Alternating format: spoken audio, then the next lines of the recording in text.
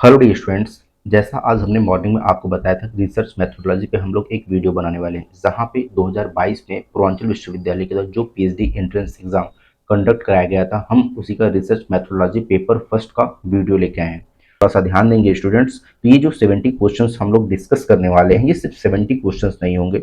इससे रिलेटेड हम लोग बहुत से अन्य लगभग आप कह सकते हैं 2 टाइम्स 140 एंड 50 क्वेश्चंस हम लोग इस टॉपिक से रिलेटेड हम लोग डिस्कस कर लेंगे। तो उसी क्रम में स्टूडेंट्स आइए हम लोग अपने वीडियो को स्टार्ट करते हैं। सबसे पहले हर बार की तरह अपने इस प्लेटफॉर्म केमिस्ट्री बाय सत्यम श्रीवास्तव को लाइक करते हैं, शेयर करते हैं और सब्सक्राइब करते हैं। ऐसे साथी जो फर्स्ट टाइम हमारे यूट्यूब चैनल से जुड़े, नीचे डिस्क्रिप्शन बॉक्स में टेलीग्राम का लिंक दिया हुआ, आप हमारे टेलीग्राम चैनल से जुड़ सकते हैं, जहां पे आपको यूनिवर्सिटी संबंधित सभी प्रकार की अपडेट्स और इन्फॉर्मेशन मिलते रहेंगे। आइए स्टूडेंट्स, फर्स्ट ऑफ ऑल हम लोग स्टार्ट करते हैं फर्स्ट क्वेश्चन। फर्स्ट क्वेश्चन हमारा क्या है कि नल हाइपोथेसिस। देखिए, नल हाइपोथेसिस कहने का मतलब क्या होता है कि ऐसी हाइपोथेसिस जहां पे चीजें हमारी क्या हो, नल। नल कहने का मतलब वहां पे क्या हो, जीरो हो, शून्य हो। कहने का मतलब अगर एक नंबर किसी दूसरे नंबर से अगर किसी प्रकार कोई रिलेशन नहीं रखता, उसको हम लोग क्या कहते हैं, नल हाइपोथेसिस कहते हैं। और अगर एक नंबर एक वेरिएबल दूसरे वेरिएबल के साथ रिलेशन रखता है, एक दूसरे के साथ डिपेंड करता है, देन उसे हम लोग क्या कहते हैं, अल्टरनेटिव हाइपोथेसिस। अल्टरनेटिव हाइपोथेसिस को हम लोग एच ए से रिप्रेजेंट करते हैं स्टूडेंट्स, और नल हाइपोथेसिस को हम लोग एच नॉट से रिप्रेजेंट करते हैं। तो नल हाइपोथेसिस कहने का मतलब आप लोग समझ गए होंगे कि अगर ऐसा कोई भी वेरिएबल जो एक दूसरे पर डिपेंड ना करता हो, उसे हम लोग क्या कहते हैं, नल वेरिएबल कहते हैं। अब आइए ऑप्शंस पे हम लोग बात करते हैं, हमारा कौन सा ऑप्शन सही होने वाला है। यहाँ पे स्टूडेंट्स अगर हम लोग बात करें, हमारा option number first H naught M1 equal to M2, ये हमारा ऑप्शन नंबर ए यहाँ पे क्या हो रहा है, सही हो रहा है। नेक्स्ट स्टूडेंट अगर हम बात करें, what is the following is not a methodology research, method of research. यहाँ पे देखिए स्टूडेंट्स हमसे क्वेश्चन पूछ रहा है कि जो दिया गया है इसमें से कौन सा मेथड ऑफ रिसर्च नहीं है। मेथड ऑफ रिसर्च कहने का मतलब होता है कि स्टूडेंट्स हम लोग जो रिसर्च करते हैं उसके डिफरेंट डिफरेंट मेथड्स होते हैं। अब उस मेथड पे हम लोग बात करते हैं कौन कौन से हमारे मेथड्स होते हैं। एक्सपेरिमेंटल रिसर्च, जी हाँ स्टूडेंट्स, हम लोग एक्सपेरिमेंटल रिसर्च करते हैं, हम लोग हिस्टोरिकल रिसर्च करते हैं, हम लोग डिस्क्रिप्टिव रिसर्च करते हैं। क्या स्टूडेंट्स हम लोग ऑब्जर्वेशनल रिसर्च करते हैं? क्या ऑब्जर्वेशनल रिसर्च नहीं करते हम लोग। ऑब्जर्वेशनल रिसर्च क्या होता है, यहाँ पे ऑब्जर्वेशनल क्या होता है, ये एक डेटा का कलेक्शन होता है, हम लोग जो ऑब्जर्व करते हैं। तो यहाँ पे अगर हम स्टूडेंट बात करें, ऑब्जर्वेशनल जो है ये नॉट मेथड ऑफ रिसर्च। ठीक है स्टूडेंट्स, तो अगर आपसे पूछा जाए कि मेथड्स ऑफ रिसर्च क्या होते हैं, मेथड्स ऑफ रिसर्च में हम लोग स्टूडेंट बात करेंगे कि जो एक्सपेरिमेंटल रिसर्च होते हैं ये मेथड ऑफ रिसर्च है, हिस्टोरिकल मेथड जो होता है, डिस्क्रिप्टिव मेथड्स होता है, यह सब हमारे क्या है स्टूडेंट्स, मेथड्स ऑफ रिसर्च है। अगर हम लोग कुछ और बात करें क्या क्या मेथड्स हो सकते हैं, तो उसमें हम बात करते हैं स्टूडेंट, हमारा जो एनालिटिकल मेथड होता है ये भी मेथड ऑफ रिसर्च होता है। फंडामेंटल, अभी देखिए फंडामेंटल पे क्वेश्चंस आपको लगातार प्रीवियस ईयर पेपर में आए हुए हैं कि फंडामेंटल वो बेसिक रिसर्च होते हैं। नेक्स्ट अगर हम बात करें स्टूडेंट्स, अप्लाइड व एक्शन रिसर्च होता है, अप्लाइड व एक्शन रिसर्च होता है। क्वालिटेटिव रिसर्च होता है, क्वांटिटेटिव रिसर्च होता है, इसके साथ साथ आपका कंसेप्चुअल रिसर्च होता है, इंपेरिकल रिसर्च होता है, वन टाइम और लॉन्गिट्यूडिनल रिसर्च होते हैं, क्लिनिकल और डायग्नोस्टिक रिसर्च होते हैं। तो स्टूडेंट्स जिन पॉइंट्स को हम लोग बोल रहे हैं उस पर आप थोड़ा सा अगर ध्यान दे देंगे तो हम बहुत से क्वेश्चंस को यहाँ पे क्या कर लेंगे, कवर कर लेंगे। ठीक है स्टूडेंट, क्योंकि यहाँ पे हम लोग स्क्रीन रिकॉर्डिंग कर रहे हैं, बहुत अच्छे मेथड से हम लोग नहीं बना पा रहे वीडियो को, क्योंकि हम बोर्ड पे क्वेश्चंस को नहीं लिख पाते, इतना क्वेश्चंस आपको करना होगा, इसलिए हम लोग यहाँ पे स्क्रीन रिकॉर्डिंग के मेथड से आपको चीजों को बता रहे हैं। अगर आप ध्यानपूर्वक इसको सुनेंगे तो आई थिंक सभी चीजों को आप रिकॉल कर ले जाएंगे, और कॉपी कलम के थ्रू अगर आप इसको लिख भी लेंगे तो आपको मोस्ट प्रॉब्ली काफी अच्छे क्वेश्चन यहाँ पे देखने को मिलेंगे। तो यहाँ पे मेथड ऑफ रिसर्च कौन सा नहीं है, ये जो ऑब्जर्वेशनल है ये हमारा मेथड ऑफ रिसर्च नहीं है। ठीक है स्टूडेंट्स, आइए नेक्स्ट हम बात करते हैं, research can be classified as. अब देखिए research can be classified as, जैसा हमने अभी आपको बताया रिसर्च को हम लोग कितने टाइप से क्लासिफाई कर सकते हैं। अभी हमने आपको बताया फंडामेंटल और बेसिक रिसर्च होता है कि नहीं होता, होता है। अप्लाइड एंड एक्शन रिसर्च भी होता है। हमने नेक्स्ट आपको बताया क्वालिटेटिव रिसर्च भी होता है, क्वांटिटेटिव रिसर्च भी होता है, एक्सपेरिमेंटल रिसर्च भी होता है, हिस्टोरिकल रिसर्च भी होता है, और डिस्क्रिप्टिव रिसर्च भी होता है। इसके अलावा आप कह सकते हैं हमारा इंपीरिकल रिसर्च होता है कि नहीं होता, हमने भी बताया आपका, एक हमारा इंपीरिकल रिसर्च होता है, एक हमारा एनालिटिकल रिसर्च होता है, वन टाइम और लॉन्गिट्यूडिनल रिसर्च होता है, क्लिनिकल एंड डायग्नोस्टिक रिसर्च होता है, फील्ड सेटिंग, लेबोरेटरी और स्टिमुलेशन रिसर्च होता है। तो रिसर्च के हमारे कई फील्ड्स होते हैं। तो यहाँ पे अगर स्टूडेंट बात करें, हमारा option number D all of these यहाँ पे क्या हो जाएगा, करेक्ट आंसर हो जाएगा। नेक्स्ट अगर हम बात करें स्टूडेंट्स, क्वेश्चन नंबर 4 हमारा क्या कर रहा है कि depth of any research can B judged bye, किसी भी रिसर्च की जो डेप्थ होती है हम उसको कैसे जज करते हैं। तो आप कह सकते हैं कि जो हमारा ऑब्जेक्टिव ऑफ रिसर्च, जो ऑब्जेक्टिव ऑफ रिसर्च होता है, क्योंकि आपको पता है आप अगर किसी प्रकार का कोई भी रिसर्च लिखते हैं सबसे पहले उसके ऑब्जेक्टिव को आप बताते हैं कि हम लोग किस टॉपिक पे रिसर्च करने जा रहे हैं, उसका ऑब्जेक्टिव क्या, उसकी थीम क्या है, और उसी ऑब्जेक्टिव के बिहाफ पे आप ये गेस कर सकते हैं कि ये जो रिसर्च है इसकी डेप्थ क्या हो सकती है, यह रिसर्च कितनी बेनिफिशियल हो सकती है, इसका क्या कर सकते हैं कि एक पैमाना क्या हो सकता है और कितना ये समाज के लिए कितना भी ये हेल्पफुल हो सकता है। तो किसी भी रिसर्च के डेप्थ को आप जानने के लिए, जज करने के लिए, उसके पहले सबसे पहले हम लोग क्या पढ़ते हैं, ऑब्जेक्टिव पढ़ते हैं, उसके ऑब्जेक्टिव, रिसर्च का ऑब्जेक्टिव क्या है। अब बताइए next, title of research, title of research क्या डेप्थ ऑफ रिसर्च को डिफाइन कर पाएगा, नहीं। ड्यूरेशन ऑफ रिसर्च, अगर आप किसी रिसर्च को मान लेते हैं 3 साल 4 साल इवन 10 साल 15 साल की है, बट वो रिसर्च जो है किसी भी कह सकते हैं मीनिंगफुल रिसर्च नहीं है, तो क्या मीनिंगफुल रिसर्च ना होने की वजह से क्या ये रिसर्च की डेप्थ को बताएगा, नहीं बताएगा। तो यहाँ पे फिलहाल बहुत ज्यादा डिस्कशन ना करते हुए सीधे आंसर पे आते हैं कि depth of any research can B judged bye objective of the research. हम ऑब्जेक्टिव ऑफ द रिसर्च के थ्रू हम लोग क्या करते हैं, डेप्थ ऑफ रिसर्च को एक्सप्लेन कर सकते हैं। नेक्स्ट क्वेश्चन की बात करें, क्वेश्चन नंबर 5। क्वेश्चन नंबर 5 क्या कहता है कि विच रिसर्च डिस्क्राइब व्हाट वाज। अब देखिए क्वेश्चन क्या कर, व्हाट वाज, कौन सा शोध था, कौन सा शोध क्या था, की व्याख्या क्या करता है। अब देखिए व्हाट वाज, अब व्हाट वाज आने की वजह से अब ये हमको पता चल गया कि अगर कहीं भी व्हाट वाज आ गया तो हम लोग कहां पे जा रहे हैं, पास्ट में जा रहे हैं। और पास्ट में क्या होती है, हिस्टोरिकल रिसर्च होते हैं। पास्ट में क्या होते हैं, हमारे हिस्टोरिकल रिसर्च होते हैं। जब कभी भी अगर हम बात करेंगे व्हाट वाज, तो यहाँ पे विच रिसर्च डिस्क्राइब व्हाट वाज, तो historical research describe what was. Experimental research, descriptive research ये इसको एक्सप्लेन नहीं करते। तो ऑप्शन 5 के साथ हमारा आंसर नंबर क्या हो जाएगा स्टूडेंट्स, ए आंसर हमारा क्या हो जाएगा, यहाँ पे सही हो जाएगा। आइए नेक्स्ट बात करते हैं क्वेश्चन नंबर 6। अगर आप देख सकते हैं यहाँ पे हम कितने कोशिश कर रहे हैं कि अच्छे से अच्छे तरीके से इसको एक्सप्लेन कर सकें, बट थोड़ा सा आप कह सकते हैं कि चीजों का लैक ऑफ नॉलेज है, इसकी वजह से बहुत अच्छी चीजों को नहीं प्रोवाइड कर पा रहे हैं, बट जितना अच्छा हो सकता है अपने हिसाब से करने की कोशिश करें। तो स्टूडेंट्स आप भी अपने तरफ से पूरी सहयोग करिए, वीडियो को लाइक भी करिए, शेयर भी करिए और सब्सक्राइब करिए, ठीक है students. Which research describe what will be। अब देखिए यहाँ पे पूछा है what will be, मतलब हम बात करें किसका, फ्यूचर पे, या जो रिसर्च हम कर रहे हैं उस पे बात कर रहे हैं। तो यहाँ पे क्या होगा, descriptive research, historical research, experimental research, या नन ऑफ दिस। अब देखिए स्टूडेंट्स अगर हम बात करें व्हाट विल पे बात करते हैं, तो अब देखिए हिस्टोरिकल रिसर्च तो हो नहीं सकता। अब एक्सपेरिमेंटल रिसर्च भी करते हैं स्टूडेंट्स, ये एक्सपेरिमेंटल रिसर्च है, ये भी हो चुका है।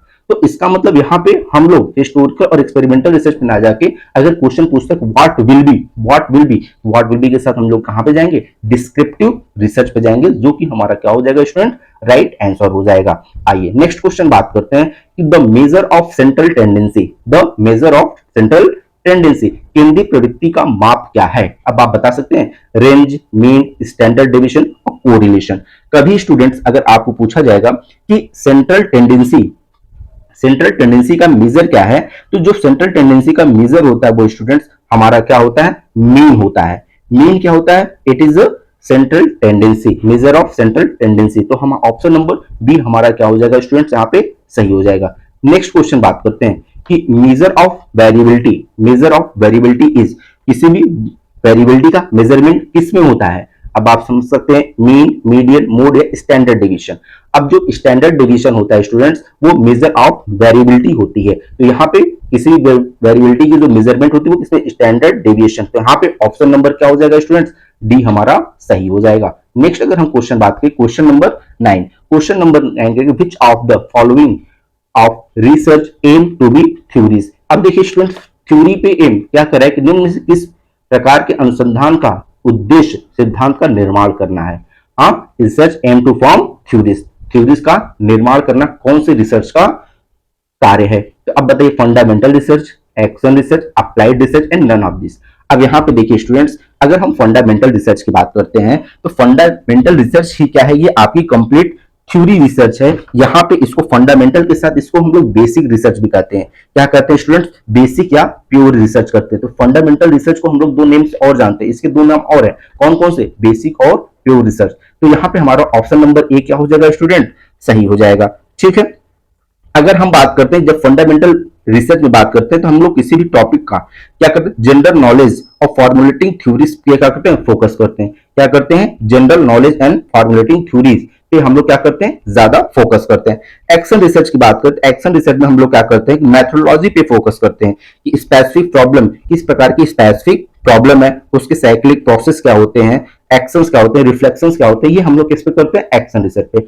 और अगर स्टूडेंट्स अप्लाइड रिसर्च की बात करते हैं, तो अप्लाइड रिसर्च पे हम लोग क्या करते हैं, फोकस जो करते हैं स्पेसिफिक कंडीशन पे करते हैं, रियल वर्ल्ड पे करते हैं, प्रॉब्लम्स इंपोर्टिंग एग्जिस्टिंग रिसर्च पे। तो यहाँ पे सिंपली अगर हम बात करें which of the following research aims to the form theories, तो हमारा क्या हो जाएगा, ऑप्शन नंबर ए यहाँ पे फंडामेंटल रिसर्च क्या हो जाएगा, सही हो जाएगा। The experimental study is based on, experimental study क्या होता है स्टूडेंट, इस पे बेस्ड होता है। तो हम लोग का आंसर जो हो जाएगा यहाँ पे manipulation of variable, manipulation of variable पे एक्सपेरिमेंटल स्टडी क्या होता है स्टूडेंट्स, बेस्ड होता है। ठीक है, उसके बाद नेक्स्ट क्वेश्चन पे हम लोग बात करते हैं, the main characteristic of scientific research is, main characteristics. अब देखिए मेन कैरेक्टरिस्टिक्स क्या होते हैं इसमें, जैसे जो इंपीरिकल होते हैं, इंपीरिकल रिसर्च ये हमारा क्या होता है, मेन कैरेक्टरिस्टिक्स होते हैं। थ्योरेटिकल रिसर्च क्या होते हैं, ये भी मेन कैरेक्टरिस्टिक्स होते हैं। इसके बाद एक्सपेरिमेंटल क्या होते हैं, ये भी हमारे क्या होते हैं स्टूडेंट्स, मेन कैरेक्टरिस्टिक्स होते हैं। तो यहाँ पे हमारा जो क्वेश्चन नंबर 11 पे जाएगा, तो कौन सा, सॉरी इसमें क्वेश्चन क्या कर रहा है, the main characteristics of experimental research all of the above, sorry जो यहाँ पे मेन कैरेक्टरिस्टिक्स अगर हम बात करें तो मेन कैरेक्टरिस्टिक्स होते हैं जो वो आपकी इंपेरिकल रिसर्च होता है। यहाँ पे स्टूडेंट्स हम थोड़ा सा करेंगे, ये थ्योरेटिकल और एक्सपेरिमेंटल नहीं होते। अगर मेन कैरेक्टरिस्टिक्स की बात करते हैं तो जो एक्सपेरिमेंटल इंपेरिकल रिजल्ट एक्सपेरिमेंट होता है वो हमारा क्या होता है, किसी भी रिसर्च साइंटिफिक रिसर्च के क्या होते हैं, मेन कैरेक्टरिस्टिक्स होते हैं।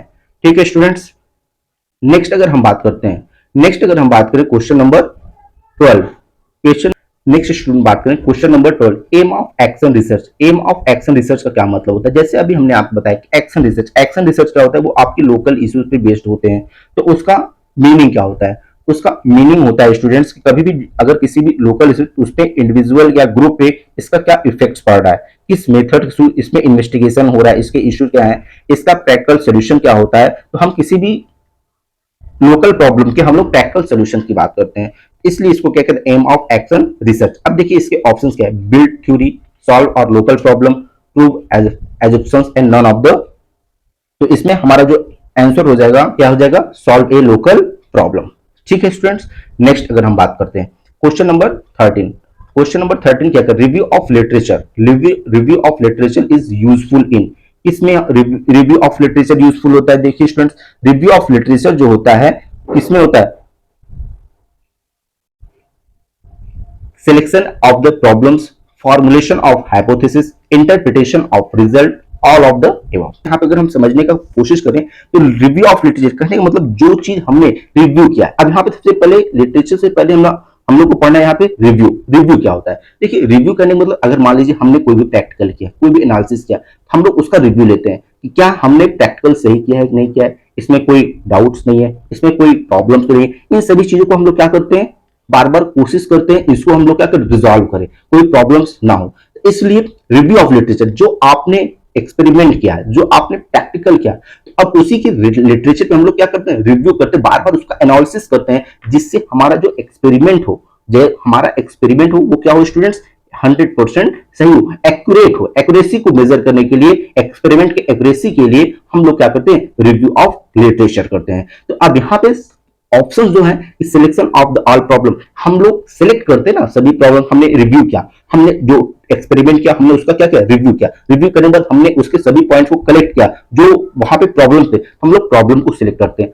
फॉर्मुलेशन ऑफ हाइपोथेसिस, हम लोग हाइपोथेसिस का फॉर्मुलेशन करते हैं। इंटरप्रिटेशन ऑफ रिजल्ट, हम लोग रिजल्ट को क्या करते हैं, बार बार इंटरप्रिटेट करते हैं, उसकी व्याख्या करते हैं कि वाकई हमने जो एक्सपेरिमेंट किया है उस पर क्या उसका इफेक्ट पड़ने वाला है। तो यहाँ पे हम आंसर की बात करें तो ये हमारे उपरोक्त सभी इसके क्या हो जाएंगे स्टूडेंट, सही आंसर हो जाएंगे। क्वालिटेटिव रिसर्च इज, अब देखिए क्वालिटेटिव रिसर्च क्या होता है, अगर हमने अभी बताया कि जो हमारे रिसर्च होते हैं वो 2 टाइप्स के होते हैं, एक क्या होते हैं स्टूडेंट्स, क्वालिटेटिव रिसर्च होता है, एक हमारे क्या होते हैं स्टूडेंट्स, क्वांटिटेटिव रिसर्च होता है। हमने आपको बताया था कि क्वालिटेटिव और क्वांटिटेटिव। अब देखिए सिंपली आप यहाँ पे किसी भी पॉइंट्स को दिमाग में रखने के लिए एक सिंपल वर्ड रखते हैं। देखिए अगर हम लोग बात करते हैं क्वांटिटी, क्वांटिटी का मतलब जो नंबर्स को डिफाइन करते हो, क्वांटिटी का मतलब जो नंबर्स को डिफाइन करते हो, 1 2 3 4 10 100 1000 मिलियन, बिलियन क्या है, that represent number, that represent number. और जब कभी भी हम लोग नंबर को रिप्रेजेंट करते हैं, हम लोग नंबर से रिलेटेड बात करते हैं, तो हमारा क्या होता है, क्वांटिटेटिव रिसर्च। और क्वालिटेटिव क्वालिटेटिव रिसर्च हम लोग नंबर्स में मेजर नहीं करते, हम लोग क्वालिटेटिव रिसर्च को हम लोग नंबर्स में मेजर नहीं करते। वो क्या होता है, वो अंडरस्टैंडिंग होती है, वो क्या होती है, focus on understanding of meaning and interpretation. किसी भी नॉन न्यूमेरिक डाटा का, किसी भी नॉन न्यूमेरिक डाटा का हम लोग क्या करते हैं, understanding of the meaning and meaning, उसकी मीनिंग को अंडरस्टैंड करते हैं। अब यहाँ बात करें जो फिलोसफिकल रिजल्ट होते हैं, रिसर्च होते हैं, दार्शनिक अनुसंधान, ये हमारा क्या होता है, क्वालिटेटिव रिसर्च के कैटेगरी में आता है। नेक्स्ट अगर हम बात करें जो सर्वे रिसर्च होता है और एक्सपेरिमेंटल रिसर्च होता है, ये अब किस में हो जाएंगे, अगर एक हमारा क्वालिटेटिव हो गया तो रेस्ट ऑफ हमारे क्या हो जाएंगे स्टूडेंट, क्वांटिटेटिव रिसर्च। ये हमारे क्या हो जाएंगे सारे, क्वांटिटेटिव रिसर्च। तो स्टूडेंट्स यहाँ पे हम बात करें आंसर नंबर सी हमारा क्या हो जाएगा, करेक्ट आंसर हो जाएगा। तो क्वेश्चन नंबर 15, क्वेश्चन नंबर 15 क्या कर रहा है, जैसा आप देख सकते हैं क्वेश्चन हमारा है कि डायरेक्शनल हाइपोथेसिस क्या है। अब देखिए स्टूडेंट्स, हमने हाइपोथेसिस में आपको दो बताया था, एक फर्स्ट हमने बताया था आपको एक अल्टरनेटिव हाइपोथेसिस था, और सेकंड हमने बताया था आपको नल हाइपोथेसिस। नल हाइपोथेसिस में हमने बताया था कि अगर कोई भी वेरिएबल किसी दूसरे वेरिएबल पर डिपेंड नहीं करता तो उसको क्या कहते हैं, नल हाइपोथेसिस। अगर कोई वेरिएबल किसी दूसरे वेरिएबल पर डिपेंड करता है तो उसे क्या कहते हैं स्टूडेंट, अल्टरनेटिव हाइपोथेसिस। अब देखिए, अब नेक्स्ट आया डायरेक्शनल हाइपोथेसिस। डायरेक्शनल हाइपोथेसिस क्या होता है कि जब कोई भी वेरिएबल एक दूसरे पर तो डिपेंड हो, वेरिएबल क्या हो, एक दूसरे पे क्या करते हैं भैया, डिपेंड करते हैं, बट वो डायरेक्शनल हो। डायरेक्शनल का मतलब वो किसी डायरेक्शन को रिप्रेजेंट करते हो। अब जैसे अगर हम बात करें क्वेश्चन में कि अगर हम मान लेते हैं m1 m2 दो हमारे पास वेरिएबल है, अगर ये स्टूडेंट से बताइए कि m1 ग्रेटर देन m2, क्या ये किसी डायरेक्शन को नहीं रिप्रेजेंट कर रहा है, क्या ये किसी रिलेशन को नहीं रिप्रेजेंट कर रहा है, और यहाँ पे आपको बता रहा है कि जो m1 की वैल्यू ऑलवेज भी ग्रेटर देन m2। नेक्स्ट अगर हम बात करें इसी में m2 is greater than m1, अब यहाँ पे देखिए क्या ये किसी रिलेशन को नहीं रिप्रेजेंट कर रहा है, यहाँ पे कर रहा है, और ये बता रहा है कि m2 की वैल्यू इस कंडीशन में m1 से ज्यादा है, तो यहाँ पे एक डायरेक्शन का पता चल रहा है, इसलिए हम इस रिलेशन को क्या कर सकते हैं, डायरेक्शनल हाइपोथेसिस। और ये किसके अंतर्गत आ रहा है, ये हमारा अल्टरनेटिव हाइपोथेसिस के अंतर्गत आ रहा है। तो स्टूडेंट्स हम यहाँ पे जा सकते हैं कि डायरेक्शनल हाइपोथेसिस क्या होता है। डायरेक्शनल हाइपोथेसिस में हमारा ऑप्शन नंबर सी क्या हो जाएगा, करेक्ट हो जाएगा, जो कि हमारा क्या होगा, H1 M1 is greater than M2, ये हमारा क्या होगा, option number C right answer हो जाएगा। नेक्स्ट क्वेश्चन नंबर 16 बात करते हैं। Every research hypothesis is tested on the basis of, किसी भी या प्रत्येक रिसर्च हाइपोथेसिस को किसके बिहाफ पे टेस्ट करते हैं। अब यहाँ पे देखिए पहली बात आता है कि देखिए अगर कोई भी हाइपोथेसिस होता है, कोई भी अगर हाइपोथेसिस आपके पास आता है तो सबसे पहले क्या करते हैं, हम लोग नल हाइपोथेसिस चेक करते हैं। हम लोग क्या करते हैं, नल हाइपोथेसिस चेक करते हैं। नल हाइपोथेसिस चेक करने से क्या फायदा होगा, हमको पता चल जाएगा कि जो भी वेरिएबल इस में रन कर रहे हैं, जो भी वेरिएबल्स यहाँ पे प्रेजेंट है, क्या वो एक दूसरे से डिपेंड करते हैं या नहीं डिपेंड करते, क्या वो एक दूसरे से वैरी कर रहे हैं कि नहीं वैरी कर रहे हैं। अगर एक दूसरे को डिपेंड करते हैं तो किस में आ जाएगा, ये हमारा अल्टरनेटिव में आ जाएगा, और वो एक दूसरे पर डिपेंड नहीं कर रहे तो नल हाइपोथेसिस में आ जाएगा। तो सबसे प्राइमरी कंडीशन क्या होती है कि जब हम कोई लोग रिसर्च स्टार्ट करते हैं, जब कोई वर्कर रिसर्च स्टार्ट करता है, तो अगर कोई भी उस पर एक्सपेरिमेंट करने जाता है तो सबसे पहला वो क्या करता है, नल हाइपोथेसिस चेक करता है। अगर नल हाइपोथेसिस में वो पता करता है कि यह वेरिएबल दूसरे वेरिएबल पर डिपेंड कर रहा है या नहीं कर रहा है, तो यहाँ पे हमारा आंसर क्या हो जाएगा, आंसर क्वेश्चन नंबर 16 का, every research hypothesis is tested on the basis of null hypothesis. यहाँ पे हमारा ऑप्शन नंबर ए क्या हो जाएगा, सही हो जाएगा। नेक्स्ट अब बात करते हैं students question number 17, null hypothesis is accepted at 0.01 level of significance, so it is also level of significance. अब देखिए जो नल हाइपोथेसिस है वो 0.01 लेवल सिग्निफिकेंस पे एक्सेप्टेड होता है। अब देखिए सिग्निफिकेंट फिगर आपको पढ़ाया गया है और सिग्निफिकेंट वैल्यू आपको पता है, ठीक है, कि अगर है कि कोई भी नल हाइपोथेसिस है जो 0.1 लेवल पे क्या कर रहा है, एक्सेप्ट किया जा रहा है, तो अगर कभी भी हमारा नल हाइपोथेसिस 0.1 लेवल पे एक्सेप्ट कर रहा है तो उसको हम 0.05 लेवल पे भी एक्सेप्ट करेंगे, तो उसको एक्सेप्ट रेंज उसका क्या हो जाएगा स्टूडेंट्स, 0.05 रेंज में भी उसको हम लोग क्या करेंगे, एक्सेप्ट करेंगे। सो it is also the accepted eight 0.05 level of significant. आप इसको यहाँ पे याद कर लीजिए, लर्न कर लीजिए कि हमारा ऑप्शन नंबर 17 क्या हो जाएगा, सही हो जाएगा। अब सेम प्रोसेस यहाँ पे भी होगा स्टूडेंट कि जैसे अगर हम किसी भी हाइपोथेसिस को एक्सेप्ट कर रहे थे 0.01 के लेवल पे, तो वहां पे जो उसकी सिग्निफिकेंस होते थे, लेवल ऑफ सिग्निफिकेंस कितना होता है, उसको भी एक्सेप्टेड एट 0.05 होता था। सेम आपको यहाँ पे भी देखने को मिलेगा कि क्वेश्चन नंबर 18 में, क्वेश्चन नंबर 18 में आप क्या कर रहा है कि null hypothesis is rejected at 0.1 level, so it also be level of, अब रिजेक्टेड की बात कर रहा है तो यहां भी रिजेक्टेड होगा, और किस लेवल पे होगा स्टूडेंट, 0.05। तो 0.05 के लेवल पे एक्सेप्टेड भी होगा और 0.05 लेवल पे क्या होगा, रिजेक्टेड होगा। तो अब डिपेंड करता है क्वेश्चन हमसे क्या डिमांड कर रहा है। अगर क्वेश्चन एक्सेप्टेड पे बात कर रहा है तो हम 0.05 एक्सेप्टेड पे जाएंगे, अगर क्वेश्चन हमारा डिमांड रिजेक्टेड पे कर रहा है हम कहां पे जाएंगे स्टूडेंट्स, रिजेक्टेड पे जाएंगे। इस प्रकार देख सकते हैं हम लोग क्वेश्चन नंबर 18 कंप्लीट कर लिए। अब क्वेश्चन नंबर 19 क्या है, which one of them is probability sampling technique.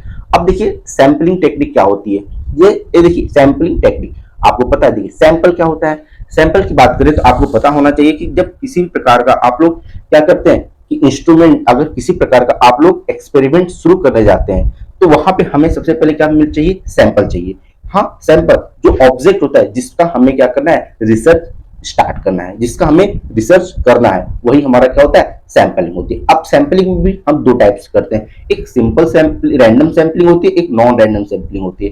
एक रैंडम सैंपलिंग क्या होती है, रैंडम सैंपलिंग करने का मतलब जैसे हमारे पास कुछ लोगों को एक संख्या है, पॉपुलेशन है, अब उसमें से हम चाहे जिसको वन बाय वन क्या कर ले, चूज कर ले। जैसे अब यहाँ पे रैंडम की बात करें, अगर यहाँ पे स्टूडेंट्स हम देख सकते हैं कि अगर हमने आपसे कहा कि 1 से 100 तक हमने कोई नंबर लिख लिया, 1 से 100 नंबर करने के बाद अब हम रैंडमली, अब हम क्या कर ले, उसमें रैंडमली कोई नंबर चूज कर ले, 2, 8, 13, 16, हाँ एक रैंडमली कोई नंबर चूज कर। यहाँ पे क्या कोई स्पेसिफिकेशन है क्या, नहीं, कोई स्पेसिफिक नंबर है क्या कोई हमको चूज करना है, नहीं करना है। तो हमने वहां पे क्या कर लिया स्टूडेंट, रैंडम वे में नंबर्स को चूज कर लिया। अब स्पेसिफिक नंबर क्या होता है, स्पेसिफिक नंबर क्या कह सकते हैं कि जो नॉन प्रोबेबिलिटी टेक्निक होती है सैंपलिंग में, अब वहां पे क्या करते हैं, हमको पता होता है हमको ऐसे नंबर चूज करने जो 2 से डिविजिबल हो, ऐसे नंबर 4 करने जो हमारे 4 से डिविजिबल हो या 5 से डिविजिबल हो। तो ये क्या होगा, ये नॉन प्रोबेबिलिटी, यहाँ पे कोई प्रोबेबिलिटी नहीं, हमें फिक्स्ड है, हमें ऐसे नंबर कोई चूज करना है जिसका क्या है कि ये एक फिक्स्ड रेंज में हमारे आते हो, एक डिफरेंट रेंज में हमारे आते हो। तो ये होता है। अब क्वेश्चन हमारा क्या कर रहा है कि विच of the probability sampling technique. अब देखिए प्रोबेबिलिटी सैंपलिंग टेक्निक में हमने बात किया कि हमारी सैंपलिंग दो प्रकार की, एक प्रोबेबिलिटी में और एक नॉन प्रोबेबिलिटी। अब प्रोबेबिलिटी सैंपलिंग टेक्निक क्या होता है, इसमें बात करें कि टोटल हमारे जो प्रोबेबिलिटी सैंपलिंग होती है वो 4 टाइप्स की होती है।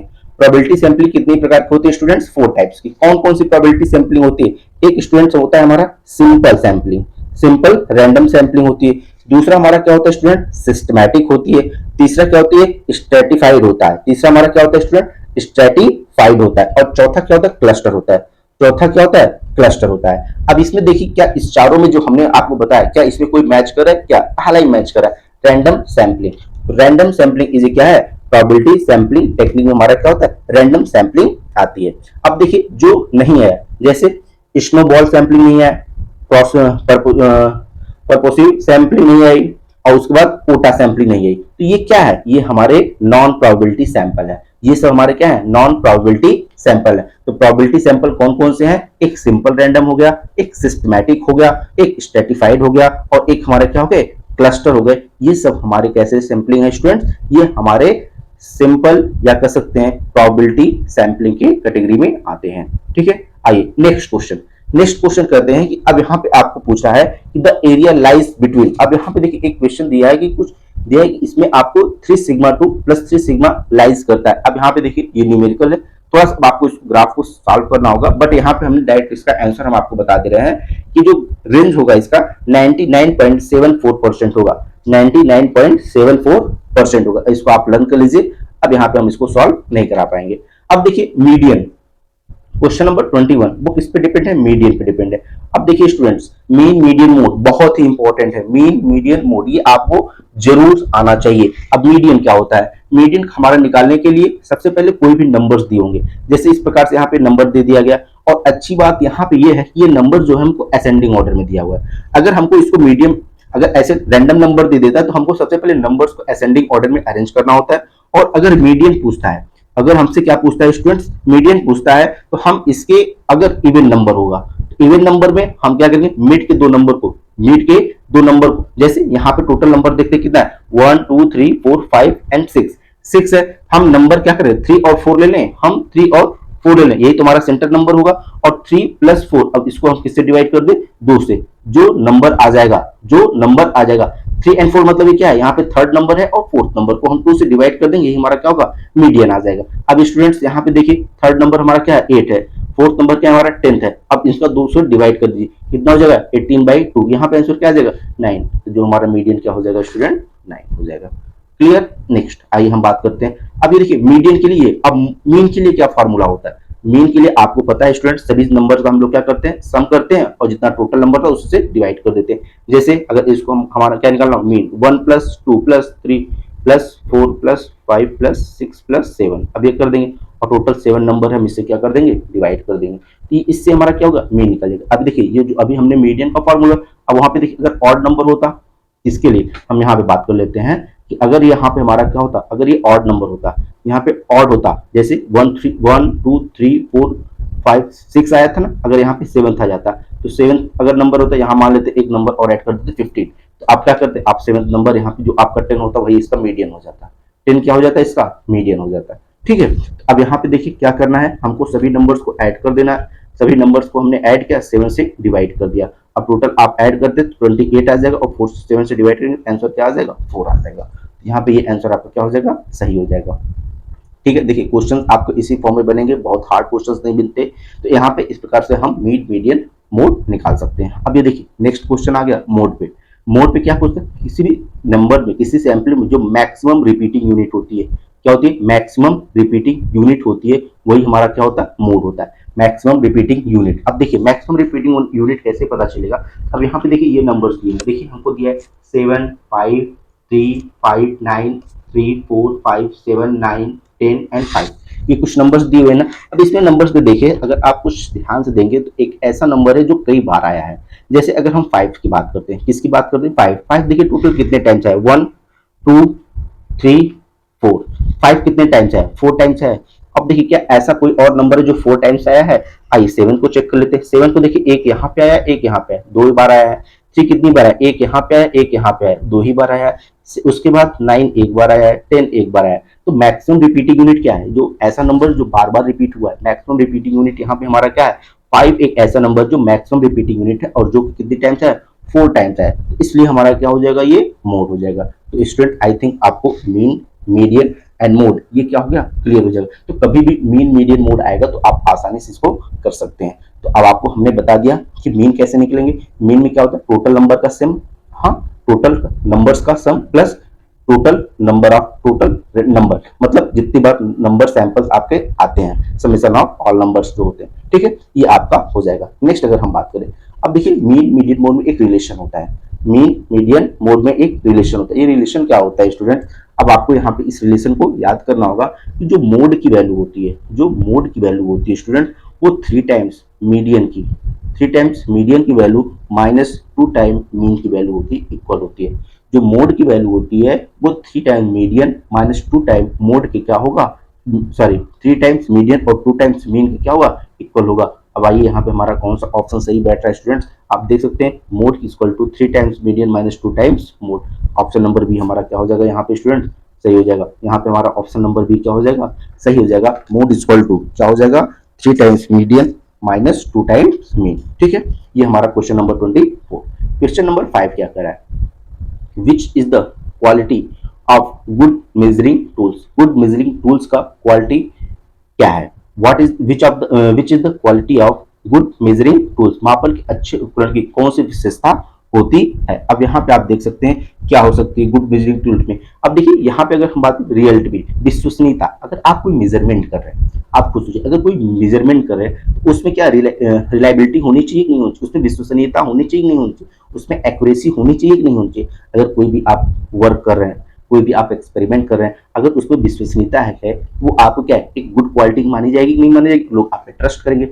वैधता होनी चाहिए, उसकी वैलिडिटी होनी चाहिए, ऐसा नहीं है कि आप ऐसा करिए जो खत्म हो जाए बहुत ज्यादा, और वो क्या होना चाहिए उपयोगी भी होनी चाहिए। तो किसी भी अच्छे मेजरमेंट के लिए, मेजरिंग टूल्स के लिए इन सभी चीजों का होना काफी इंपॉर्टेंट होना चाहिए, वो रिलायबल होना चाहिए, वैलिडिटी होनी चाहिए, उसकी यूजेबिलिटी होनी चाहिए। तो यहाँ पे इसके अकॉर्डिंग हमारा ऑप्शन नंबर डी क्या हो जाएगा स्टूडेंट सही हो जाएगा कि एक अच्छे मापन की क्या होनी चाहिए क्वालिटी होनी चाहिए। नेक्स्ट करते हैं, which technique involve face to face conversation. अब देखिए फेस टू फेस कन्वर्सेशन करना है, अब आपको पता है कि फेस टू फेस कन्वर्सेशन हमारा कहाँ पे होता है। अभी जस्ट हम लोग पीएचडी एंट्रेंस देने वाले हैं, पीएचडी एंट्रेंस एग्जाम हम लोग का 15 हो जाएगा। एंट्रेंस का रिजल्ट जैसे ही आ जाएगा, एंट्रेंस का रिजल्ट जैसे ही आ जाएगा, उसके बाद हमारा क्या होगा, इंटरव्यू होगा। हमारा क्या होगा स्टूडेंट, वाइवा होगा। अब इंटरव्यू और वाइवा कैसे होगा, अब आपको पता है। क्या इंटरव्यू और वाइवा हम घर पे बैठ कर दे सकते हैं? नहीं दे सकते। अगर प्रेजेंट टाइम में अब आपका क्या हो गया, इलेक्ट्रॉनिक मोड का टाइम आ गया है, जहां पे लोग क्या करते हैं, ऑनलाइन भी अपना इंटरव्यू देते हैं। बट इंटरव्यू भी जब भी ऑनलाइन भी देते हैं तो क्या बातें कैसे होती हैं, फेस टू फेस बात होती है, face to face. Offline mode में नहीं होती, ऑनलाइन मोड में हम एक दूसरे के सामने फेस टू फेस बातें करते हैं। हाँ, तो कभी भी अगर एक फेस टू फेस कन्वर्जन की बात होती है तो वो कौन से मोड में जाएगा, वो आपका इंटरव्यू हो जाएगा। कि इंटरव्यू में हम लोग कभी भी, चाहे हम एक दूसरे के सामने बैठे, हाँ फिजिकल वे में हम एक दूसरे के पास बैठे, या फिर ऑनलाइन मोड में ही बैठते हैं, तो फिर आप देखते हैं स्टूडेंट्स हम लोग कैसे बैठते हैं कि आपको ऑनलाइन मोड में जूम ऐप के थ्रू तमाम, लेकिन फेस टू फेस एक दूसरे का जरूर दिखना चाहिए। ठीक है, अब स्टूडेंट्स क्वेश्चन नंबर 27, आज का हमारा सेकेंड लास्ट क्वेश्चन क्या कह रहा है कि educational research represent an activity with rich relation. अब देखिए जो एजुकेशनल रिसर्च है वो क्या रिप्रेजेंट कर रहा है। अब देखिए educational research, educator are concern, educators are concern and students are concern. अब देखिए आप एजुकेशनल रिसर्च कर रहे हैं तो एजुकेशनल रिसर्च में आपको क्या चाहिए। अब अगर आप एजुकेशनल रिसर्च कर रहे हैं तो उसमें आपकी रिक्वायरमेंट क्या होगी, टीचर्स की भी होगी नहीं होगी, स्टूडेंट्स की भी होगी नहीं होगी। क्या एजुकेशनल रिसर्च आप करें तो बिना टीचर और स्टूडेंट्स की रिक्वायरमेंट के ये प्रोसेस पॉसिबल है क्या, नहीं है। इसलिए एजुकेशनल रिसर्च में हमारे लिए एजुकेटर्स की बात करें, educators are concern and students are concern, तो both option A and B और हमारा क्या हो जाएगा स्टूडेंट, कंप्लीट सही हो जाएगा। आइए आज के लास्ट क्वेश्चन पे चलते हैं। आप लोग वीडियो को लाइक शेयर और सब्सक्राइब करते रहिए। आइए लास्ट क्वेश्चन क्या है, the best measure of central tendency is. Best measure of central tendency क्या होता है, स्टैंडर्ड डिवीजन, रेंज, उसके बाद आपका क्वार्टाइल डिवीजन और मीन। अब देखिए इसका क्या हो जाएगा, अब बता सकते हैं किसी भी स्टूडेंट्स को इसकी आंसर पता है। अगर आप देखिए the best measurement of central tendency क्या होती है, इसका राइट आंसर हो जाएगा students mean. Mean is best measurement of central tendency is. ठीक है, केंद्रीय प्रवृत्ति की सर्वोत्तम माप क्या है, केंद्रीय प्रवृत्ति की जो सर्वोत्तम माप होती है वो उसकी क्या होती है, मीन होती है, जिससे हम लोग क्या कहते हैं, मध्यमान कहते हैं, जिससे हम लोग क्या कहते हैं, मध्यमान। इस section number 29 first question 29 question क्या कर रहा है कि the best measure of variability. Variability के लिए हमारे पास बेस्ट मेजरमेंट क्या हो सकता है, किसी भी वेरिएबिलिटी को मेजर करने के लिए। अब ये देखिए वेरिएबिलिटी को मेजर करने क्या रेंज हो सकता है, सेकंड ऑप्शन है क्वार्टाइल डेविएशन हो सकता है, कोरिलेशन हो सकता है, या स्टैंडर्ड डेविएशन हो सकता है। अब आपको पता है स्टूडेंट, कभी भी वेरिएबिलिटी को मेजरमेंट करने के लिए जो हम लोग का मेजरमेंट होता है, प्रेजेंट टाइम में हम लोग क्या करते हैं, स्टैंडर्ड डेविएशन के थ्रू हम लोग क्या करते हैं, वेरिएबिलिटी को मेजर करते हैं। तो क्वेश्चन नंबर 29 का ऑप्शन नंबर डी हमारा क्या हो जाएगा स्टूडेंट, सही हो जाएगा। The best measure of variability is standard deviation. अब नेक्स्ट क्वेश्चन ही आप देख सकते हैं, यहाँ पे हम लोग स्टैंडर्ड डेविएशन के बारे में पढ़ रहे हैं और नेक्स्ट क्वेश्चन ही आ गया कि स्टैंडर्ड डेविएशन का फॉर्मूला क्या होता है। क्वेश्चन हमारा 30 क्वेश्चन नंबर 30 हमारा क्या कर रहा है कि the formula of standard deviation. Standard division को सबसे पहले बात करते हैं, रिप्रेजेंट कर किससे करते हैं स्टूडेंट, सिग्मा से रिप्रेजेंट करते हैं। स्टैंडर्ड डिवीजन को हम लोग सिग्मा से रिप्रेजेंट करते हैं और इसका जो फॉर्मूला होता है student, sigma is equal to होता है under root, sigma is equal to under root summation of F D, total function जितने होंगे का whole square, summation of F D का whole square upon and total number of term. ये हमारा क्या है स्टूडेंट्स, ये हमारा स्टैंडर्ड डेविएशन का फॉर्मूला है। तो यहाँ पे अगर हम बात करें ऑप्शन नंबर डी हमारा क्या होगा, सही हो जाएगा, जहां पे sigma equal to under root summation of F D का स्क्वायर अपॉन सिग्मा। ये हमारा क्या होगा स्टूडेंट, करेक्ट आंसर हो गया। आइए अब हम लोग नेक्स्ट क्वेश्चन चलते हैं, क्वेश्चन नंबर 31। क्वेश्चन नंबर 31 क्या कह रहा है स्टूडेंट कि delimitation is the boundary that is, delimitation is the boundary that is, जो सीमांकन है वह सीमा है जो कि आपके क्वेश्चन ऑप्शंस क्या कर रहे हैं, यहाँ पे आप देख सकते हैं। अगर कंप्लीट ऑप्शंस को हम यहाँ पे देखें, पहला ऑप्शन कह रहा है कि beyond the control of researcher, क्या रिसर्चर के कंट्रोल के बाहर होता है। सेकंड कह रहा है कि decided by researcher scholar himself, जो रिसर्च स्कॉलर्स होते हैं उनके द्वारा डिसाइड किया जाता है, decided by research scholar himself. Third क्या है, apply restriction on conclusion of the study, apply restriction on the conclusion of study. तो यहाँ पे अगर स्टूडेंट बात करें, ये तीनों हमारे क्या होते हैं, यहाँ पे एप्लीकेबल होते हैं, इसलिए हमारा ऑप्शन नंबर क्या हो जाएगा स्टूडेंट, डी यहाँ पे सही हो जाएगा। आइए स्टूडेंट्स क्वेश्चन नंबर नेक्स्ट करते हैं, question number 31, sorry question number 32। Question number 32 कह रहा है कि action research is ordinary concern with problems. हमने एक्शन रिसर्च पे काफी डिस्कशन कर लिया। एक्शन रिसर्च क्या होता है? एक्शन रिसर्च जो लोकल इशू पे हम लोग रिसर्च करते हैं वो क्या होता है, वो किसके अंतर्गत आता है? Action research. अब देखिए क्या कह रहा है कि जो एक्शन रिसर्च होता है ordinarily concentrated with the problems, किस प्रॉब्लम के थ्रू वो कंसंट्रेटेड होता है। अब यहाँ पे आप देख सकते हैं ऑफ जनरल नेचर, क्या जो जनरल नेचर उसके प्रॉब्लम में कंसर्न होता है, या कंस्टिट्यूटिंग यूनिवर्सल ट्रूथ। थर्ड क्या है? Immediate concern and for immediate solution. और ऑप्शन नंबर डी क्या रहा है कि नन ऑफ द दीज। अब यहाँ पे देखिए एक्शन रिसर्च जो हमारा होता है वो immediate concern for immediate solution. ये क्या होता है? Immediate concern for immediate solution होता है। तो यहाँ पे हमारा ऑप्शन नंबर सी क्या हो जाएगा स्टूडेंट? सही हो जाएगा। तो action research is orderly concern with problem, immediate concern और एंड फॉर इमीडिएट सॉल्यूशन। आइए नेक्स्ट अगर हम बात करते हैं क्वेश्चन नंबर 33, रिसर्च इज क्या कर रहा है स्टूडेंट? क्वेश्चन नंबर 33 आपसे पूछ रहा है कि रिसर्च है क्या? फिजिकल एक्टिविटी है, इंटेलेक्चुअल एक्टिविटी है, या इंटेलेक्चुअल एंड फिजिकल दोनों एक्टिविटी है, या फिर नन ऑफ दीज है। अब देखिए स्टूडेंट सबसे पहले रिसर्च, अगर हम रिसर्च की बात करें स्टूडेंट, जो रिसर्च होता है वो हमारा बोथ होता है, दोनों होता है। ये हमारा फिजिकल एक्टिविटी भी है, इंटेलेक्चुअल एक्टिविटी है। फिजिकल एक्टिविटी करने का मतलब देखिए अगर आप रिसर्च करते हैं तो आप फील्ड में जाते हैं, लोगों से मिलते हैं, लोगों से बातें करते हैं, देन आप क्या करते हैं, रिसर्च के पर्टिकुलर टॉपिक के एंड तक पहुंचते हैं कि पब्लिक डिमांड क्या करे, पब्लिक में प्रॉब्लम्स क्या है, उन सभी चीजों को आप ग्रुप करते हैं। जैसे अगर मान लेते हैं कोई भी आपको रिसर्च करना है पुअर्टी पे, अब आप जाएंगे, आप डिफरेंट डिफरेंट रीजन्स में जाएंगे, क्षेत्र में जाएंगे, स्टेट में जाएंगे, वहां पे लोगों से बात करेंगे, उनको क्या प्रॉब्लम्स है, क्या चीजें हो रही हैं, देन उनके प्रॉब्लम्स को आप कलेक्ट करेंगे, उसके बाद उस पर रिसर्च करेंगे आखिर ये गैप कहां से हो रहा है सिस्टम में, और उस पब्लिक को जो लास्ट मेंबर तक पहुंचना चाहिए, जो गवर्नमेंट की फैसिलिटी होती है या कोई भी लोकल इशू होती है, कहां से आ रही है, ये सब क्या है, आप जब फील्ड में जाएंगे, लोगों से डिस्कशन करेंगे, देन आपको चीजों को पता चलेगा। मतलब आप पब्लिक टू पब्लिक यहाँ पे क्या करें, कॉन्टेक्ट कर रहे हैं, कंसल्ट कर रहे हैं, चीजों से मिलेंगे। तो ये क्या होता है, रिसर्च हमारा फिजिकल एक्टिविटी भी होता है,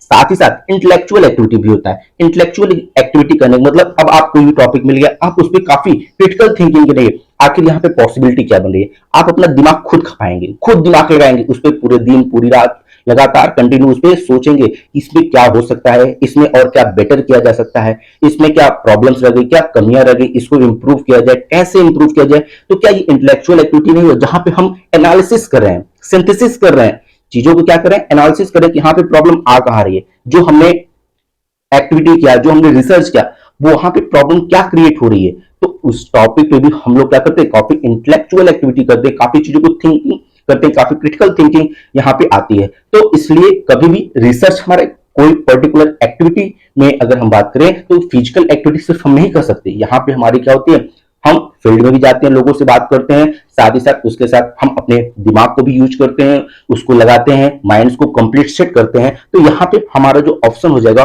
option number C, both intellectual and physical activity, ये हमारे क्या होते हैं स्टूडेंट, रिसर्च की कैटेगरी में आते हैं। नेक्स्ट अगर हम बात करें student question number 34, question number 34 क्या कर रहा है कि research problem is feasible only when, जो रिसर्च प्रॉब्लम है ये फिजिबल कब होता है, एक शोध समस्या तभी उपयोगी है जबकि, एक शोध समस्या तभी उपयोगी है जबकि, कब है बेटा, जब ये क्या होगा, रिसर्चेबल होगा। क्या कोई भी चीज रिसर्चेबल है देन हम कह सकते हैं ये फिजिबल है रिसर्च प्रोग्राम।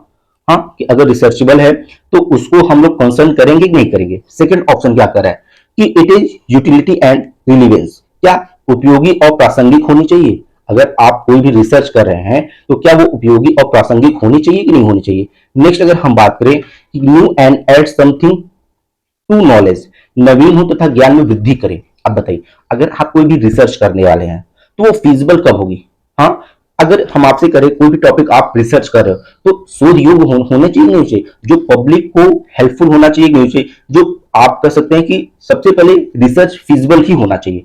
रिसर्च हमारा कैसा होगा, रिसर्चेबल, कोई भी चीज हमारा फिजिबल कब हो, जब उसको हमारा शोध योग्य होने चाहिए, हम उस पर रिसर्च कर सकें। तो यहाँ पे ऑप्शन नंबर ए हमारा क्या है स्टूडेंट, सही है। सेकंड, क्या उपयोगी और प्रासंगिक होनी चाहिए कि नहीं होनी चाहिए। आप रिसर्च करें जो इस समाज से किसी को कोई मतलब ही नहीं है, क्या ऐसी चीज पे हमें रिसर्च करनी चाहिए। हम तो रिसर्च ऐसी चीजों पे करते हैं, जैसे आप देखिए प्रेजेंट टाइम जितने भी साइंटिस्ट होते हैं, किसी न किसी मेडिसिन पे कंटिन्यू रिसर्च हो रहा है, किसी न किसी टॉपिक पे ऐसी पॉइंट पे रिसर्च हो रहा है जो हमारे पब्लिक के लिए, हमारे पर्सन के लिए क्या उपयोगी है। तो हमारा जो रिसर्च होता है वो क्या होता है, यूटिलिटी और रिलेवेंस दोनों होता है, कि जो समाज के लिए उपयोगी भी हो और प्रासंगिक भी हो। अब देखिए, क्या हम लोग जो रिसर्च करते हैं वो आपको पता है वो क्या होता है, नवीन होता है। क्या पुरानी चीजों पे सिर्फ उसी को लेके बैठे रहते हैं, नहीं ना। हम लोग रिसर्च करते हैं तो कुछ नया इन्वेंट करते हैं। अगर केमिस्ट्री की बात करें तो आप देखिए पर्टिकुलर फर्स्ट एलिमेंट्स लेके आज के डेट में 120 प्लस एलिमेंट्स की खोज हो चुकी है। अब धीरे धीरे क्या हो रहा है, कुछ ना कुछ नया ऐड किया, कुछ ना कुछ नवीन की खोज। आप देखिए पहले थ्योरी होती थी, फिर उस पर और रिसर्च होता था, उसमें कुछ नए मॉडर्न चीजें आती थी, ऐड किया जाता था। तो रिसर्च हर समय किया जाता है, इसके लिए उसको नया बनाया जा सके, उसके ज्ञान में वृद्धि किया जा सके ना। तो इस प्रकार से हम कह सकते हैं कि जो रिसर्च है वो हमारे रिसर्चेबल भी होना चाहिए, यूटिलिटी एंड रिलेवेंस भी होना चाहिए, जिसमें हम new and add something the knowledge भी कर सके। तो यहाँ पे ऑप्शन नंबर हमारा क्या हो जाएगा student, all of the above. हमारा ऑप्शन नंबर डी क्या हो जाएगा स्टूडेंट, यहाँ पे सही हो जाएगा। आइए नेक्स्ट क्वेश्चन हम लोग बात करते हैं, question number 35। In a thesis figure and tables are included in, figure and tables are included in. अब देखिए जो हम लोग कोई भी थीसिस बनाते हैं, तो थीसिस बनाने में हम लोग क्या करते हैं, फिगर्स का भी यूज करते हैं, टेबल्स का यूज करते हैं। वो किसमें, विद इन द टेक्स्ट। अब देखिए क्या अध्याय के साथ ही होना चाहिए, अध्याय के साथ ही होना चाहिए। सेकंड, इन द अपेंडिक्स, क्या परिशिष्ट होनी चाहिए। इन द सेपरेट चैप्टर, क्या एक पर्टिकुलर सेपरेट चैप्टर के लिए होना चाहिए, या एनीवेयर कहीं भी हो सकता है। अब बताइए स्टूडेंट्स, क्या अगर आप कोई भी थीसिस लिख रहे हैं, अगर आपको वहां पे फिगर बनाना है, टेबल बनाना है, तो क्या एक विद इन टेक्स्ट, किसी भी टेक्स्ट के अंदर जरूरी है वो हो सकता होना चाहिए, क्या एक पर्टिकुलर अपेंडिक्स के ही लिए होना चाहिए कि अपेंडिक्स है तभी हम फिगर बना सकते हैं, तभी टेबल बना सकते हैं और कहीं नहीं बना सकते, या किसी भी चैप्टर को सेपरेट करने के लिए वहां पे हम लोग फिगर और टेबल बनाते हैं। क्या ऐसा कुछ होता है क्या, नहीं। आप देखते हैं फिगर और टेबल हमें जहां भी सुविधा होता है, जो भी चीज हमारे लिए सुविधाजनक होती है, जहां पे हम चीजों को और अच्छे से एक्सप्रेस कर सके, और वहां पे लोग देख के ही बता सके कि आप यहाँ पे बताना क्या चाहते हो, एक्सप्रेस क्या करना चाहते हो, तो हम इजी एक्सप्रेशन के लिए फिगर और टेबल का यूज करते हैं। ये कहाँ हो सकता है, पूरे थीसिस में, एनीवेयर कहीं भी हो सकता है। बोलिए पूरे थीसिस में क्या हो सकता है, कहीं भी आप बना सकते हैं किसी भी फिगर और टेबल को। बस वो आपके क्या है, वो आपके एक्सप्रेशन को रिप्रेजेंट करता है, वो आप रिप्रेजेंट क्या करना चाहते हो, कैसे रिप्रेजेंट वो मैटर यहाँ पे करता है। नेक्स्ट अगर बात करें, फॉर्मुलेशन ऑफ हाइपोथेसिस में not be required in, formulation of hypothesis में नॉट बी रिक्वायर्ड इन। अब देखिए यहाँ पे सर्वे research, historical research, experimental research and laboratory experiment. अगर हम लोग क्वेश्चन नंबर 36 पे बात करें तो क्या कर रहा है कि फॉर्मुलेशन ऑफ हाइपोथेसिस में नॉट बी रिक्वायर्ड। अब देखिए अगर यहाँ पे हिंदी में अगर बात करें कि परिकल्पना निर्माण की आवश्यकता नहीं पड़ सकती। अब परिकल्पना निर्माण की कहाँ पे आवश्यकता नहीं पड़ सकती, तो सर्वे रिसर्च में पड़ती है। सर्वे रिसर्च में हमें क्या करते हैं, आप अपने माइंड में एक हाइपोथेसिस लेके चलते हैं ना, तो वहां पे क्या होता है, आप जब अपने माइंड में एक हाइपोथेसिस लेके चलते हैं तो सर्वे रिसर्च में आपको पता कि ऐसा होना चाहिए, बट आपने जब रिसर्च किया, शोध किया, सर्वेक्षण किया, तो वहां पता चला यहाँ पे सब कुछ डिफरेंट हमको मिला। तो एक परिकल्पना होनी चाहिए ना, एक हाइपोथेसिस आपकी होनी चाहिए नहीं, तो सर्वेक्षण अनुसंधान में होता है, तो ऑप्शन हमारा ये गलत हो जाएगा। सेकंड बात करें हिस्टोरिकल रिसर्च। अब यहाँ पे देखिए हिस्टोरिकल रिसर्च यहाँ पे हमारा राइट आंसर हो जाएगा। हिस्टोरिकल रिसर्च हमारा क्या होता है, इसमें आपको फॉर्मुलेशन ऑफ हाइपोथेसिस की रिक्वायरमेंट नहीं पड़ती। ठीक है, यहाँ पे आपको फॉर्मुलेशन ऑफ हाइपोथेसिस रिक्वायरमेंट नहीं पड़ती। एक्सपेरिमेंटल रिसर्च भी पड़ती है और लेबोरेटरी एक्सपेरिमेंट भी आपको पड़ती है फॉर्मुलेशन ऑफ हाइपोथेसिस की रिक्वायरमेंट। ठीक है, तो किस पे नहीं पड़ती, हिस्टोरिकल रिसर्च। अब आप हिस्टोरिकल रिसर्च में आपको सोचिए, आप किसी भी हिस्ट्री के बारे में रिसर्च करना चाहते हैं, अब आप बाबर के बारे में जानना चाहते हैं या किसी भी पाषाण युग के बारे में जानना चाहते हैं, एंशिएंट टाइम के बारे में जानना चाहिए, तो वहां पे ये चीज भी आप क्या है, हिस्टोरिकल रिसर्च है, तो यहाँ पे किसी परिकल्पना की आवश्यकता हमको नहीं होती। ठीक है, ऑप्शन हमारा क्या हो जाएगा, फॉर्मुलेशन ऑफ हाइपोथेसिस में not be required in historical research. हमारा ऑप्शन नंबर बी क्या हो जाएगा स्टूडेंट, सही हो जाएगा। नेक्स्ट अगर बात करें students, hypothesis is also called, परिकल्पना को हम लोग क्या कहते हैं। अब देखिए हंच ऑफ स्कॉलर्स, क्या जो शोधकर्ता का अंतर्ज्ञान कर सकते हैं क्या। सेकंड बात करें, टेंटेटिव सॉल्यूशन, संभावित हल। Third, guess of researcher scholar, research scholar के गेस को, या ऑल ऑफ द एबव। अब देखिए हाइपोथेसिस इज आल्सो कॉल्ड, देखिए किसी भी चीज की जो हाइपोथेसिस होती है वो क्या होता है, हाइपोथेसिस से हम किसी भी रिसर्च को बात करते हैं, किसी भी रिसर्च का हम लोग क्या करते हैं, संभावित हल निकालते हैं, टेंटेटिव सॉल्यूशन निकालते हैं। क्या निकालते हैं स्टूडेंट्स, टेंटेटिव सॉल्यूशन निकालते हैं। तो यहाँ पे ऑप्शन नंबर बी हमारा क्या हो जाएगा, 37 का क्या हो जाएगा, सही हो जाएगा कि hypothesis is also called tentative solution. अब नेक्स्ट क्वेश्चन बात करें कि the value of degree of freedom, जो डिग्री ऑफ फ्रीडम है उसको हम लोग क्या होता है, का मान क्या होता है, the value of degree of freedom in T text is, अगर कोई टी टेक्स्ट है उसके लिए हमारे पास जो डिग्री ऑफ फ्रीडम हो क्या होना चाहिए। अब डिग्री ऑफ फ्रीडम का स्टूडेंट्स फार्मूला होता है, और degree of freedom equal to क्या होता है आपको फार्मूला, एफ इक्वल टू, अब यहाँ पे अगर मान लेते हैं D F equal to N one minus sorry N one plus N two minus का टू, क्या होता है student, N one plus N two minus का टू, ये क्या होता है हमारा degree of dissociation, sorry degree of freedom. Degree of freedom का फार्मूला क्या होता है, D F equal to N one plus N two minus का टू। ऑप्शन नंबर क्या हो जाएगा, सी हमारा क्या हो जाएगा स्टूडेंट, यहाँ पे सही हो जाएगा D F equal to N one plus N two minus का टू, आप इसको ध्यान रखिएगा। नेक्स्ट बात करते हैं टी टेस्ट इज अप्लाइड, हम लोग टी टेस्ट कब अप्लाई करते हैं, देखिए हमारे पास टेस्ट स्टूडेंट दो टाइप्स के होते हैं, एक टी टेस्ट होता है, एक जेड टेस्ट होता है। टी टेस्ट कब यूज करते हैं, जब हमारी एन की वैल्यू लेस देन 30 होती है, जब एन की वैल्यू हमारे क्या होते हैं, number of observation less than 30 होते हैं, देन हम कौन सा टेस्ट करते हैं, टी टेस्ट। और जब हमारे नंबर ऑफ ऑब्जर्वेशन एन की वैल्यू क्या हो जाए, ग्रेटर देन 30 हो जाती है, तो हम कौन सा टेस्ट करते हैं, जेड टेस्ट करते हैं। तो आप इसको याद रखिए कि कभी भी अगर हम टी टेस्ट करते हैं तो टी टेस्ट कब करते हैं, जब एन की वैल्यू ग्रेटर देन 30 होती है, और जेड टेस्ट कब करते हैं, जब एन की वैल्यू सॉरी टी टेस्ट कब करते हैं, जब एन की वैल्यू लेस देन 30 हो, और जेड टेस्ट कब करते हैं, जब एन की वैल्यू ग्रेटर देन 30। अब देखिए अब यहाँ पे हमारे ऑप्शंस क्या हो सकते हैं, टी टेस्ट इज अप्लाई, हम टी टेस्ट कब अप्लाई करेंगे, जब when N equal to sorry N less than 30, N की वैल्यू लेस देन 30 होगी तभी हम यहाँ पे क्या करेंगे, इस टी टेस्ट को करेंगे। तो यहाँ पे ऑप्शन नंबर ए हमारा क्या हो जाएगा स्टूडेंट, करेक्ट आंसर हो जाएगा। आइए नेक्स्ट क्वेश्चन पढ़ते हैं, क्वेश्चन नंबर 40, ये क्या कर रहा है कि the positively skewed normal probability curve. अब देखिए क्या कर रहा है कि जो धनात्मक विषमता वाले सामान्य सम्यकता वक्र में होता है। अब देखिए जो यहाँ पे आपको फॉर्मूला होता है, एक रिलेशन, अगर हम बात करें मीन मीडियन मोड में, कल हम लोग एक रिलेशन पढ़ा था, क्या रिलेशन पढ़ा था, आप उसको प्रीवियस वीडियो में आप देख लीजिएगा। अब यहाँ पे देखिए अगर किसी भी एक क्या है आपको एक नंबर दिया जाए, उस नंबर्स में अगर आपको मीन मीडियन और मोड निकालने के लिए कहा जाए, तो उसमें नंबर्स में पूछ रहा है कि इसमें क्या वेरिएशन होता है, कैसे मीन बड़ा होता है, मीडियन बड़ा होता है, मोड बड़ा होता है। अगर इसमें हम लोग बात करें, हमारा जो क्वेश्चन नंबर 40 में जो ऑप्शन नंबर क्या हो जाएगा, बी यहाँ पे सही हो जाएगा। अब देखिए सबसे बड़ी नंबर्स क्या होती है, मोड्स होते हैं, उसके बाद मीडियन, उसके बाद मीन, तो सबसे छोटा नंबर क्या हो गया, मीन, उससे बड़ा क्या हो गया, मीडियन, और उससे बड़ा क्या हो जाएगा, मोड। कभी आप स्टैंडर्ड डिवीजन में आप यहाँ पे निकालेंगे तो आपको इस प्रकार के क्रम देखने को मिलते हैं। तो यहाँ पे क्वेश्चन नंबर 40 का ऑप्शन नंबर सी क्या हो जाएगा स्टूडेंट, सही सॉरी ऑप्शन नंबर बी हमारा क्या हो जाएगा, सही हो जाएगा। मीन से ग्रेटर मीडियन, मीडियन से ग्रेटर क्या हो जाएगा स्टूडेंट्स, हमारे मोड्स हो जाते हैं। ठीक है, आइए हम students question number 41 second last question पे डिस्कस करने वाले हैं कि data collected from published book are called.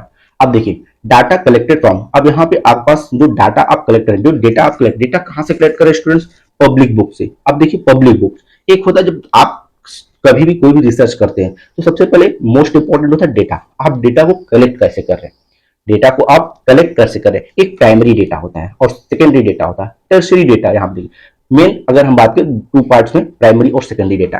Primary data क्या होता है, कभी भी आप कोई भी रिसर्च कर रहे हैं, अब रिसर्च करने के लिए आप उस रिसर्च में सभी पॉइंट्स को आप जो कलेक्ट करने वाले हैं खुद से करिए, आप खुद से पब्लिक में जाइए, उनके बारे में जानकारी लीजिए। हाँ, आप किसी भी पॉइंट पे अगर आप रिसर्च करना चाहते हैं तो कोई भी डेटा अगर आप खुद से कलेक्ट कर रहे हैं, हर जगह जाके आप लोगों से बात कर रहे हैं, सर्वे कर रहे हैं, लोगों से मिल रहे हैं, लोगों के पास जा जाके, तो ये क्या है, प्राइमरी कलेक्शन है। आप क्या करें, खुद से वहां पे इन्वॉल्व हो रहे हैं, सभी चीज आप क्या करें स्टूडेंट, पर्सनली कर रहे हैं, आप खुद इन्वॉल्व होकर कर रहे हैं। तो मतलब अगर कोई भी डेटा आप खुद से कलेक्ट करते हैं तो वो क्या होता है स्टूडेंट्स, प्राइमरी डेटा होता है। अगर कोई भी डेटा आप खुद से कलेक्ट कर रहे हैं, खुद से कर रहे हैं, तो वो क्या होता है, प्राइमरी डेटा। सेकेंडरी डेटा क्या होता है, सेकेंडरी डेटा करने मतलब हम दूसरों से उसको ले लें। जैसे अगर बुक में कोई भी चीज लिखी हुई है, अगर हम वहां से पढ़कर उस डेटा को कलेक्ट करते हैं तो क्या होगा, सेकेंडरी डेटा होगा। हम न्यूज़पेपर में चीज लिखा हुआ है, वहां से पॉइंट्स को कलेक्ट कर रहे हैं, तो वो क्या होगा, सेकेंडरी डेटा। क्यों, क्योंकि प्राइमरी डेटा तो उस न्यूज़पेपर ने किया ना, वो पब्लिक में जाके वहां पे सर्वे किया और वहां से डेटा को कलेक्ट किया। उसके बाद आप इजी फॉर्म में आप उसको क्या किए, उस न्यूज़पेपर से उस डेटा को कलेक्ट कर लिए, ये क्या हो गया, सेकेंडरी फॉर्म हो गया। तो मतलब अगर कोई भी डेटा आप दूसरों से ले रहे हैं, आप गूगल से सर्च कर रहे हैं, इंटरनेट से आप लेके आ रहे हैं, बुक से लेके आ रहे हैं, आप कहीं से भी लेके आ रहे हैं, तो ये क्या होगा, सेकेंडरी डेटा। अब यही सेम पॉइंट आपको यहाँ पे पूछ रहा है कि data collected from published book. जो पब्लिश्ड बुक होती है, अगर वहां से आप डेटा कलेक्ट कर रहे हैं, ये किस कैटेगरी में जाएगा स्टूडेंट्स? ये हमारा क्या हो जाएगा? सेकेंडरी डेटा हो जाएगा। सेकेंडरी डेटा में हम बुक से, टेलीविजन से, यहाँ पे टेलीविजन, इंटरनेट से हम लोग मोबाइल के थ्रू, हाँ, न्यूज़पेपर के थ्रू, मैगजीन के थ्रू, यहाँ पे हम लोग डेटा को क्या करते हैं स्टूडेंट? कलेक्ट करते हैं। ठीक है, तो प्राइमरी डेटा, अगर आप खुद से चीजों को सर्वे करते हैं, खुद से चीजों को कलेक्ट करते हैं, तो प्राइमरी। और सेकेंडरी क्या हो जाएगा? जब हम दूसरों के थ्रू चीजों को कलेक्ट करते हैं, दूसरों के थ्रू चीजों को यूज करते हैं, तो हमारा किस कैटेगरी में जाएगा स्टूडेंट? सेकेंडरी डेटा के कैटेगरी में जाएगा। अब ये देखिए, एक स्टूडेंट फिर से क्वेश्चन, यहाँ पे इस क्वेश्चन को हम लोग फिर से याद कर लेंगे। यहाँ पे कह रहा है कि जो आज का हमारा लास्ट क्वेश्चन भी होने वाला है, in the normal probability curve. Normal probability curve है, द एरिया बिटवीन रीजन दे दिया है -2 सिग्मा 2 +2 सिग्मा के बीच का जो रीजन होता है, हाँ, वो कितना होगा। अब स्टूडेंट इसको आप लर्न कर लीजिए। यहाँ पे अगर कभी भी वेरिएशन -2 सिग्मा से +2 सिग्मा के आ जाएगा, तो हमारा ऑप्शन नंबर यहाँ पे 95.477%, 95.77% ऑप्शन नंबर सी यहाँ पे क्या हो जाएगा स्टूडेंट? करेक्ट हो जाएगा। तो 42 का option number C, option number B क्या हो गया स्टूडेंट? करेक्ट आंसर हो गया। करते हैं क्वेश्चन नंबर 43 क्वेश्चन क्या कह रहा है कि इन two-tailed critical ratio test, the critical value 0.05 level of significance is। अगर स्टूडेंट्स हम बात करते हैं कि जैसे कल हमने आपको बताया था कि एक हम लोग का जेड टेस्ट होता है, एक हम लोग का क्या होता है? टी टेस्ट होता है। जेड टेस्ट कब करते हैं? जब स्टूडेंट्स हम लोग एन की वैल्यू क्या होती है? Greater than 30। एन की वैल्यू क्या होती है? Greater than 30। और टी टेस्ट कब करते हैं? जब एन की वैल्यू लेस देन 30 होती है। और जो जेड टेस्ट होता है स्टूडेंट्स, इसी को टू क्रिटिकल, यहाँ पे टू टेल्ड क्रिटिकल टेस्ट के नाम से भी जानते हैं। तो जेड टेस्ट को और किस नाम से जानते हैं? कि two tailed critical ratio test. ठीक है, अब इसकी बात करें, अगर सिग्निफिकेंस लेवल हमारे स्टूडेंट्स क्या है? 0.05 लेवल का है। सिग्निफिकेंस लेवल हमारा 0.05 लेवल का है, तो यहाँ पे हमारा राइट आंसर हो जाएगा 1.96 सिग्मा। आंसर नंबर बी हमारा क्या हो जाएगा? 1.96 सिग्मा करेक्ट हो जाएगा। ठीक है, तो यहाँ पे question number in two tailed ratio critical ratio test, the critical value at 0.05 level of significance के लिए हमारा क्या हो जाएगा? 1.96 सिग्मा। ऑप्शन नंबर हमारा बी क्या हो जाएगा स्टूडेंट? करेक्ट हो जाएगा।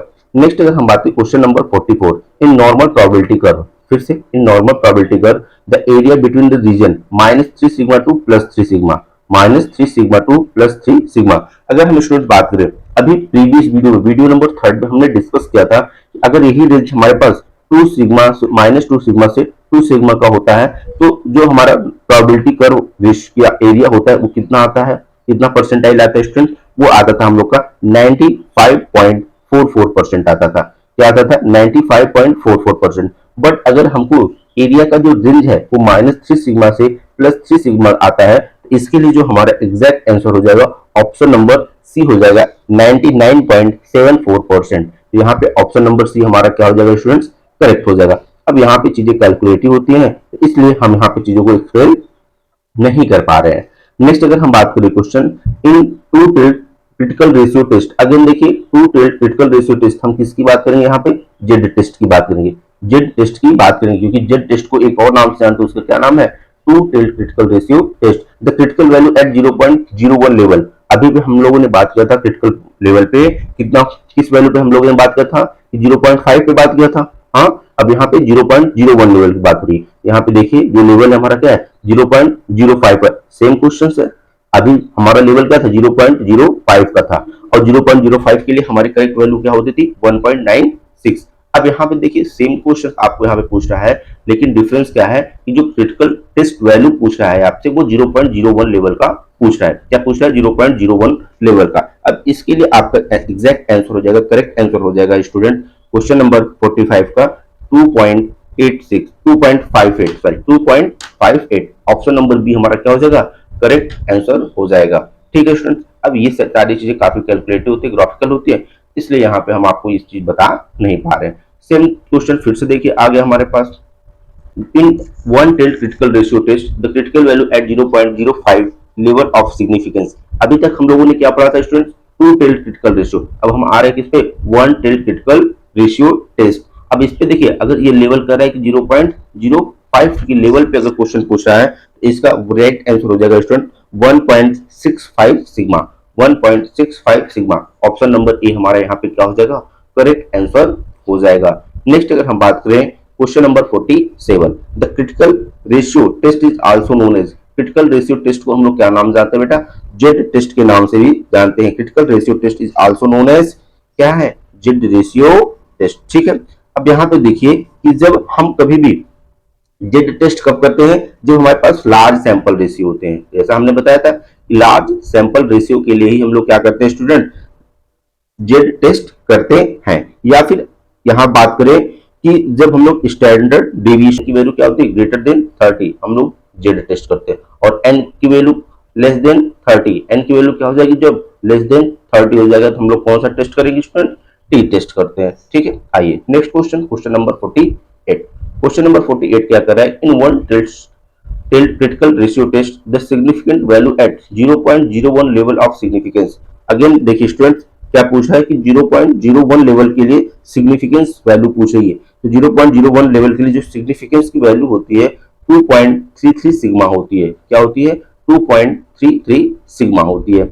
नेक्स्ट अगर हम बात करें क्वेश्चन नंबर 49, क्वेश्चन नंबर 49 क्या कह रहा है कि analysis of variance test is apply on the, जो analysis of variance test is apply on the, इसके लिए क्या होगा कि सिंगल ग्रुप के लिए होता है या two or more than two group के लिए होता है या फिर बोथ के लिए होता है या फिर नन ऑफ दिस के लिए। देखिए एनालिसिस ऑफ वेरिएंस टेस्ट की बात करें, किसकी बात करते हैं student, analysis of variance test, यह एप्लीकेबल होता है या अप्लाई होता है जब हमारे पास दो या दो से अधिक ग्रुप होते हैं, two or more than two group, then हम एनालिसिस करते हैं ऑफ वेरिएंस टेस्ट का। तो यहाँ पे ऑप्शन नंबर बी हमारा क्या हो जाएगा स्टूडेंट, क्वेश्चन नंबर 49 के लिए सही हो जाएगा। अब यहाँ पे नेक्स्ट क्वेश्चन आ गया मीडियन से रिलेटेड। अभी देखिए हम लोग ने वीडियो नंबर सेकंड में हम लोगों ने मीन को भी कैलकुलेट किया था, मीडियन को भी कैलकुलेट किया था और मोड को भी कैलकुलेट किया था। अब मीन मीडियन मोड वहां पे हमने कैलकुलेट कर लिया था और हमने आपसे बताया था कि अगर हमें मीन मीडियन मोड आता रहेगा तो इससे रिलेटेड हम सभी प्रकार के क्वेश्चन को कर सकते हैं। अब सेम क्वेश्चन यहाँ पे आ गया कि हमें क्या निकालना है स्टूडेंट्स, मीडियन निकालना है। अब हमारे पास नंबर्स क्या क्या है, यहाँ पे देख सकते हैं 7 है, 15 है, 10 है, 18 है, 12 है और 14 है। इसको करने के लिए सबसे आसान तरीका क्या होता है, इसके लिए सबसे पहले हमें सभी नंबर को असेंडिंग ऑर्डर या फिर डिसेंडिंग ऑर्डर में अरेंज करना होगा, असेंडिंग ऑर्डर या फिर डिसेंडिंग ऑर्डर में अरेंज करना होगा। अगर यहाँ पे हम सभी नंबर्स को अगर ऐड करना चाहें तो क्या हो जाएगा 7 हो जाएगा, उससे बड़ी नंबर क्या हो जाएगा 10 हो जाएगा, 10 से बड़ा 12, 12 से बड़ा 14, 14 से बड़ा 15 और 15 से बड़ा क्या हो जाएगा 18। ये हमारे क्या हो गए नंबर हो जाएंगे असेंडिंग ऑर्डर। अब देखिए टोटल नंबर ऑफ नंबर्स कितने, टोटल नंबर 1 2 3 4 5 एंड 6, यहाँ पे देखिए टोटल 6 है। अगर हमें क्या निकालना है, मीडियन निकालना है, तो अब देखिए मीडियन के लिए हमारा क्या होता है कि nth टर्म अगर इवन है, यहाँ पे जो हमारा nth टर्म होगा उसको 2 से डिवाइड कर देंगे plus nth term divide by 2 plus 1। अब ये दोनों टर्म ले लेते हैं अपॉन 2। अब देखिए टोटल नंबर ऑफ टर्म्स कितने थे 6 थे, 6 का हाफ करेंगे तो हमको कौन सा टर्म लेना है थर्ड। अब देखो यहाँ पे फिर से क्या third plus 1 and by 2 third और प्लस 1 मतलब फोर्थ टर्म। अब दोनों का फोर्थ टर्म लेना है और 2 से डिवाइड कर देना है, हमें थर्ड और फोर्थ टर्म लेके 2 से क्या करेंगे स्टूडेंट्स डिवाइड कर देंगे। आइए हमारे पास थर्ड टर्म कौन सा आ रहा है, देखिए 1 2 3, थर्ड टर्म क्या है हमारे पास 12 और फोर्थ टर्म क्या है हमारे पास 14 है। 12 और 14 को अगर हम ले लें यहाँ पे स्टूडेंट्स, इसको 12 और 14 को 12 और 14 को हम लोग 2 से डिवाइड कर देंगे। अब आप दोनों को ऐड करेंगे 26 अपॉन 2 क्या हो जाएगा 13। तो इसका जो मीडियन आ जाएगा 13 आ जाएगा, इसका मीडियन क्या हो जाएगा 13 हो जाएगा। अब क्या इसका अगर हम लोग मीन कैलकुलेट करना चाहें, क्या मीन कैलकुलेट करना चाहें तो क्या हम मीन कैलकुलेट कर सकते हैं स्टूडेंट्स। मीन कैलकुलेट करने के लिए अब आपको टोटल नंबर ऑफ टर्म्स को ऐड करने होंगे। Total number of terms 7 plus 15 plus 10 plus 18 plus 12 plus 14। अब टोटल नंबर ऑफ टर्म्स को आपका क्या कर लेंगे यहाँ पे सम कर लेंगे। उसके बाद जितने भी नंबर ऑफ टर्म्स है 6, आप 6 से क्या करेंगे स्टूडेंट्स डिवाइड कर देंगे। यहाँ पे आपका क्या हो जाएगा मीन निकल आएगा, ठीक है। अगर अब यहाँ पे मोड निकालना हो तो क्या यहाँ पे हम मोड निकाल सकते हैं, क्या मोड नहीं निकाल पाएंगे, क्यों, क्योंकि स्टूडेंट्स यहाँ पे कोई भी रिपीटिंग टर्म नहीं है, सभी टर्म हमारे एक ही बार है, इसलिए हम यहाँ पे मोड नहीं निकाल पाएंगे। अगर यहाँ पे अगर हमें मोड निकालना होगा तो अगर यहाँ पे हम मान लेते हैं इसी नंबर एक नंबर 12 और अगेन इंक्रीज कर देते हैं। अब इसमें क्या हो जाएगा 12 देखिए 2 टाइम्स हो जाएगा तो इसका मोड क्या हो जाएगा 12 हो जाएगा। अब यहीं पे देखिए स्टूडेंट्स कुछ क्वेश्चन हमारे द्वारा कराया गया था, वहां पे क्वेश्चन नंबर 14 जो गलत शायद आंसर बता दिया गया था आपके द्वारा कमेंट पे आया था, क्वेश्चन नंबर 40 रॉन्ग है। तो यहाँ पे देखिए क्वेश्चन नंबर 14 में अगर हम बात करें, क्वेश्चन क्या कह रहा है कि the positively skewed normal probability curve.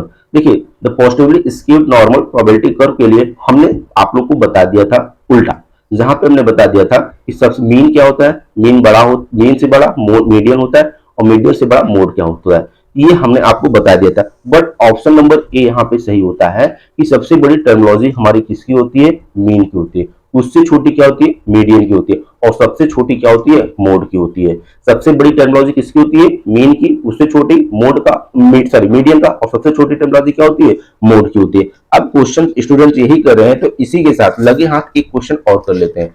हमने आपको बताया था स्टूडेंट्स मीन मीडियन मोड का क्या रिलेशन होता है, हमने आपको बताया था स्टूडेंट्स मीन मीडियन मोड का क्या रिलेशन होता है। और अगर हम बात करें किस वीडियो नंबर में हम लोग कवर किए थे, तो अगर हम बात करें वीडियो नंबर सेकंड में हमने इसको कवर भी किया है, वीडियो नंबर सेकंड में इसको कवर भी किया है कि मीन मीडियन मोड का क्या रिलेशन होता है। अगर आपको पता है स्टूडेंट्स, तो अगर हम बात करें जो मोड इक्वल टू होता है, मोड इक्वल टू क्या होता है, 3 times median minus 2 times mean, -2 times mean. कभी भी अगर आपको किसी भी क्वेश्चन में मीन और मीडियन दे दे और आपसे मोड पूछ ले, मीन और मीडियन दे दे और आपसे मोड पूछ ले, देन आप इस फार्मूले के थ्रू आप मोड कैलकुलेट कर सकते हैं। अगर आपको मीन दे दिया, मोड दे दिया, तो आप यहाँ पे मीडियन को कैलकुलेट कर सकते हैं। हाँ, तो ये आप एक रिलेशन याद रखिएगा कभी भी कि जो मोड इज इक्वल टू होता है 3 times median minus 2 times mean, ये आपका इक्वल होता है। ठीक है, अब आइए आज के नेक्स्ट क्वेश्चन पे आते हैं। हम लोग क्वेश्चन नंबर कहां पे पहुंच गए थे, क्वेश्चन नंबर 50 तक हम लोगों ने कवर कर लिया था। क्वेश्चन नंबर 51 कह रहा है कि the formula of chi square test, the formula of chi square test का क्या होता है। अब देखिए student, formula of chi square test की बात करें तो यह आपका होता है X square equal to summation of F naught minus का एफ ई का square, summation of F naught minus F E का स्क्वायर अपॉन एफ ई। ये हमारा क्या होता है student, formula of chi square test. तो यहाँ पे ऑप्शन नंबर ए हमारा क्या हो जाएगा स्टूडेंट्स, यहाँ पे सही हो जाएगा। ऑप्शन नंबर ए हमारा क्या हो जाएगा, सही हो जाएगा। नेक्स्ट अगर हम इस क्वेश्चन बात करें student, question number 52, the formula of standard error of mean for small sample, the formula of standard error of mean for small sample. यहाँ पे हमारा जो फार्मूला हो जाएगा स्टैंडर्ड एरर के लिए क्या हो जाएगा student, sigma upon under root N minus 1, क्या हो जाएगा, sigma upon under root N minus 1। ये हमारा ऑप्शन नंबर क्या हो जाएगा स्टूडेंट, यहाँ पे बी करेक्ट हो जाएगा। नेक्स्ट क्वेश्चन की बात करें, अब यहाँ पे देखिए कि the mean of a group data is 25।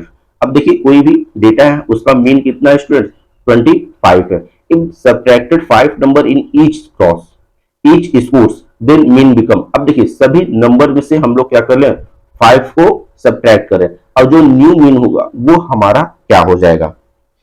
अब यहाँ पे देखिए आपसे क्वेश्चन कितना बढ़िया पूछा है कि हमारे पास क्या है कि सभी एक ग्रुप है, एक डेटा है, हाँ एक डेटा है।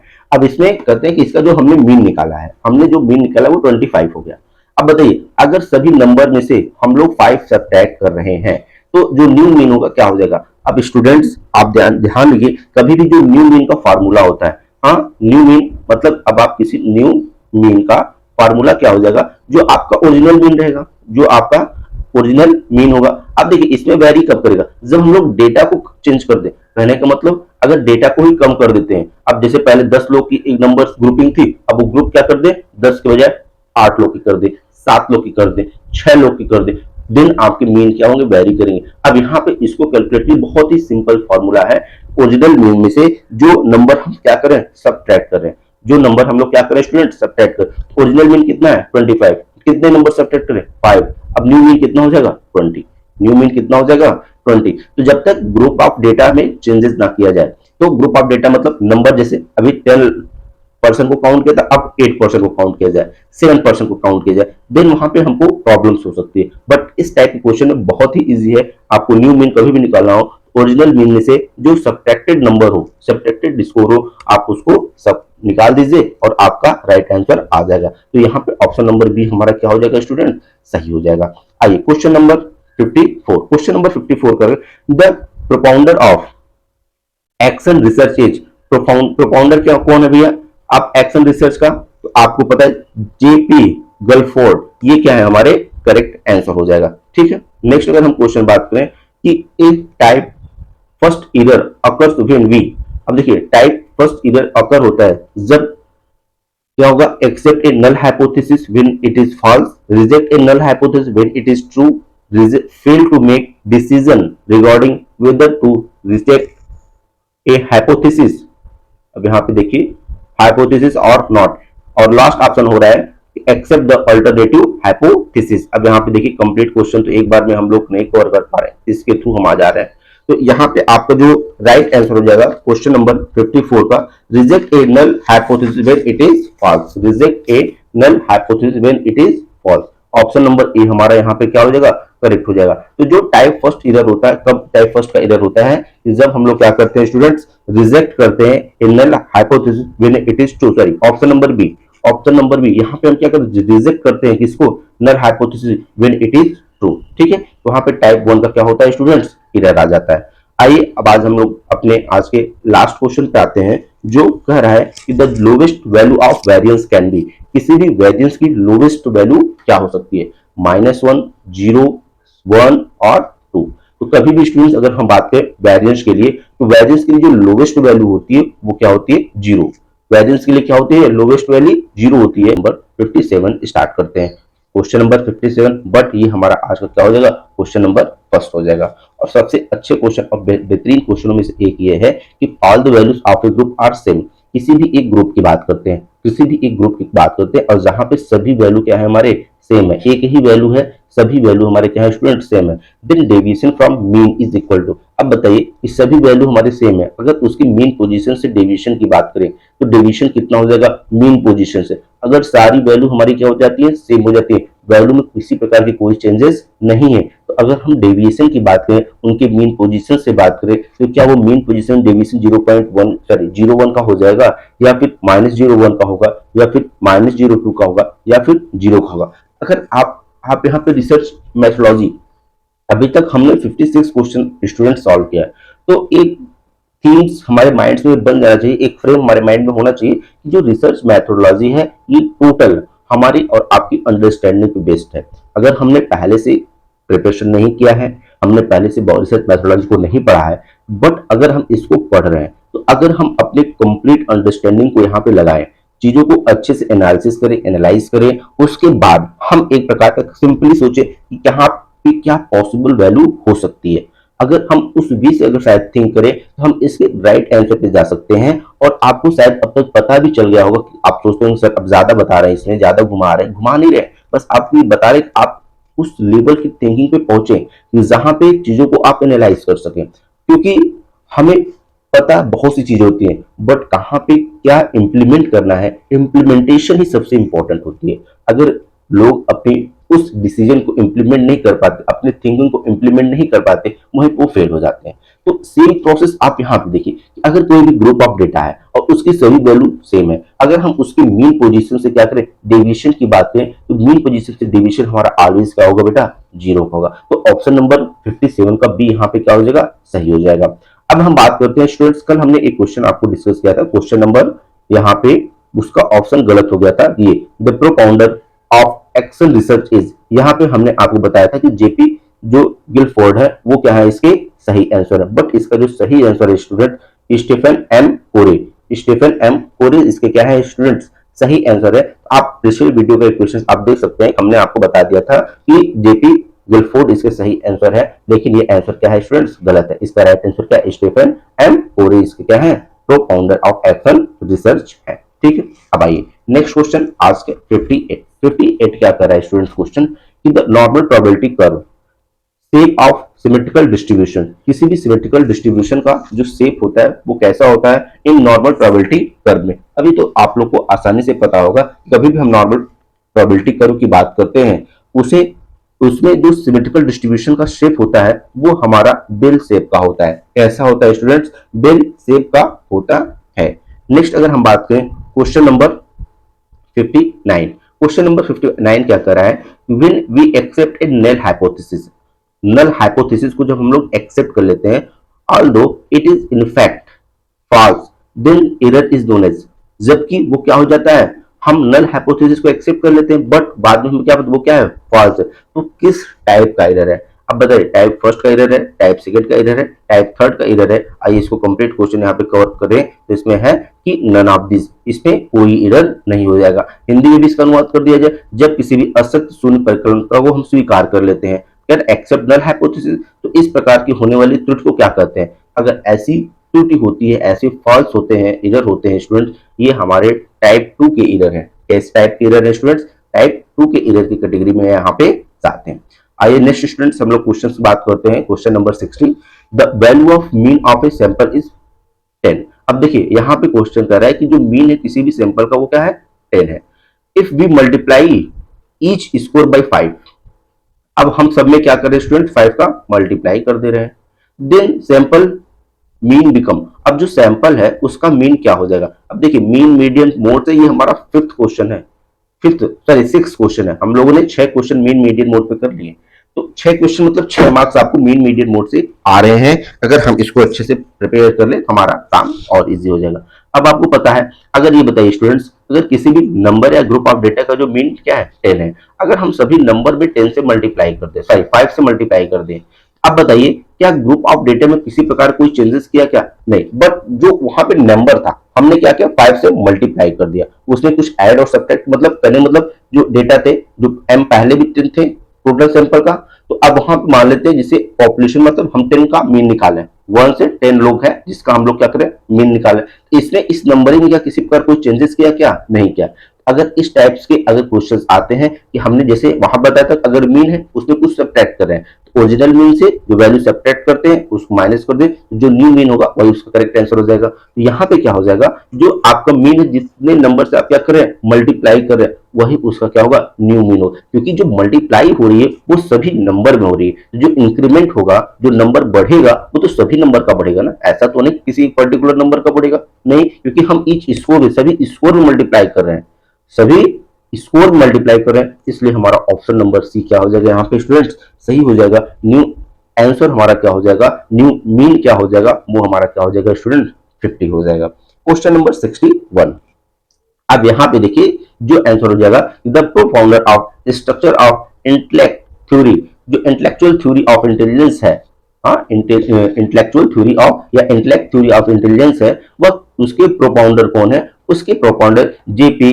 गिलफोर्ड है। इसके जो प्रोपाउंडर हैं कौन है स्टूडेंट्स, जेपी गिलफोर्ड है, ठीक है। आइए नेक्स्ट क्वेश्चन, क्वेश्चन नंबर 60। तो अब धीरे धीरे हम लोग अपने सेशन के कंप्लीट होने की तरफ बढ़े, 62 पहुंच गए, 70 क्वेश्चंस टोटल हमको यहाँ पे सॉल्व करने थे और लगभग 62 क्वेश्चंस हम लोग आ गए। The method calculating validity of test, validity of a test, किस मेथड से हम लोग क्या करते हैं, टेस्ट की वैलिडिटी को चेक करते हैं। तो एक परीक्षण की वैधता ज्ञात करने की क्या विधि है, क्या कंकरेंट वैलिडिटी है, टेस्ट रेटेड रेस्ट मेथड है, या पैरेलल फॉर्म मेथड है, या नन ऑफ दिस है। अब 62 में अगर हम बात करें स्टूडेंट्स, कभी भी इस प्रकार का क्वेश्चन आता है कि इसमें जो आपका कंकरेंट वैलिडिटी होती है, क्या कंकरेंट वैलिडिटी होती है, ये आपका क्या है स्टूडेंट्स, सही आंसर होता है, ठीक है। अब नेक्स्ट क्वेश्चन की बात करें students, question number 63, question number 63 क्या कर रहा है, the formula of Z score is, Z score को कैलकुलेट करने के लिए फार्मूला क्या होता है, तो जेड स्कोर कैलकुलेट करने के लिए हमारे पास जो फार्मूला होता है, एक्स माइनस का M upon sigma, X Z equal to X minus M upon sigma. अब ये देखिए ऑप्शन नंबर ए हमारा क्या हो जाएगा स्टूडेंट्स, करेक्ट आंसर हो जाएगा। आइए नेक्स्ट क्वेश्चन बात करते हैं, the formula of T score, T score को फार्मूला को यहाँ पे टी स्कोर जानने के लिए क्या फार्मूला अप्लाई करते हैं, टी स्कोर के लिए टी इक्वल टू क्या होता है, 50 प्लस 10 जेड, 50 प्लस 10 जेड। यहाँ पे एक रिलेशन भी हमको मिल रहा है स्टूडेंट्स, अगर हमारे पास जेड वैल्यू पता है क्या टी वैल्यू निकाल सकते हैं, नहीं निकाल सकते, या फिर हमको टी वैल्यू पता है हम उसका जेड वैल्यू निकाल सकते हैं, नहीं निकाल सकते। ये रिलेशन हमको याद रखना है कि T equal to 50 plus 10 Z. Option number A हमारा क्या हो जाएगा स्टूडेंट, यहाँ पे सही हो जाएगा, the formula of T score is, T score का फॉर्मूला क्या हो जाएगा, 50 प्लस 10 जेड।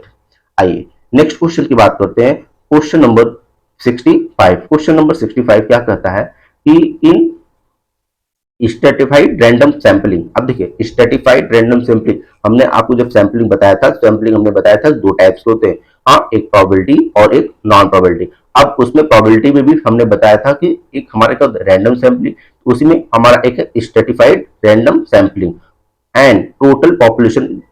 इसमें क्वेश्चन देखिए फिर से हम पढ़ते हैं, in stratified random sampling the total population divided into. अब देखिए जो टोटल पॉपुलेशन होता है हम उसमें किस में डिवाइड करते हैं, तो टोटल पॉपुलेशन को हम लोग स्ट्रेटा में डिवाइड कर देते हैं। किसमें?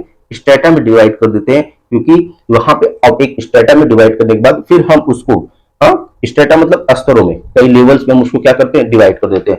यहाँ पे देखिए स्ट्रेटा का मतलब क्या होता है, स्तरों, हम लोग कई लेवल में चीजों को डिवाइड कर देते हैं, और जब फिर लेवल में डिवाइड करने के बाद दिन चीजों को क्या करते हैं, स्टडी करते हैं, दिन चीजों को हम लोग क्या करते हैं स्टूडेंट्स, एनालिसिस करते हैं। तो आप ध्यान रखिए, कभी भी स्ट्रेटिफाइड रैंडम सैंपलिंग की बात करते हैं तो वहां पे स्ट्रेटा की बात करते हैं, हम जो पॉपुलेशन होता है हम उसको स्ट्रेटा में डिवाइड कर देते हैं। नेक्स्ट क्वेश्चन बन रहा है स्टूडेंट्स कि the non probability sampling is. Non probability sampling क्या है? सिस्टमैटिक रैंडम सैंपलिंग है, सिंपल रैंडम सैंपलिंग है, परपेचुअल सैंपलिंग है, या स्ट्रेटिफाइड रैंडम सैंपलिंग है। तो 66 का हमारा क्या हो जाएगा स्टूडेंट कि हमारा ये एक उद्देश्य, एक परपेचुअल है ना, एक पर्पस से होता है ना, तो यहाँ पे हमारा हो जाएगा ऑप्शन नंबर सी क्या हो जाएगा, करेक्ट आंसर हो जाएगा।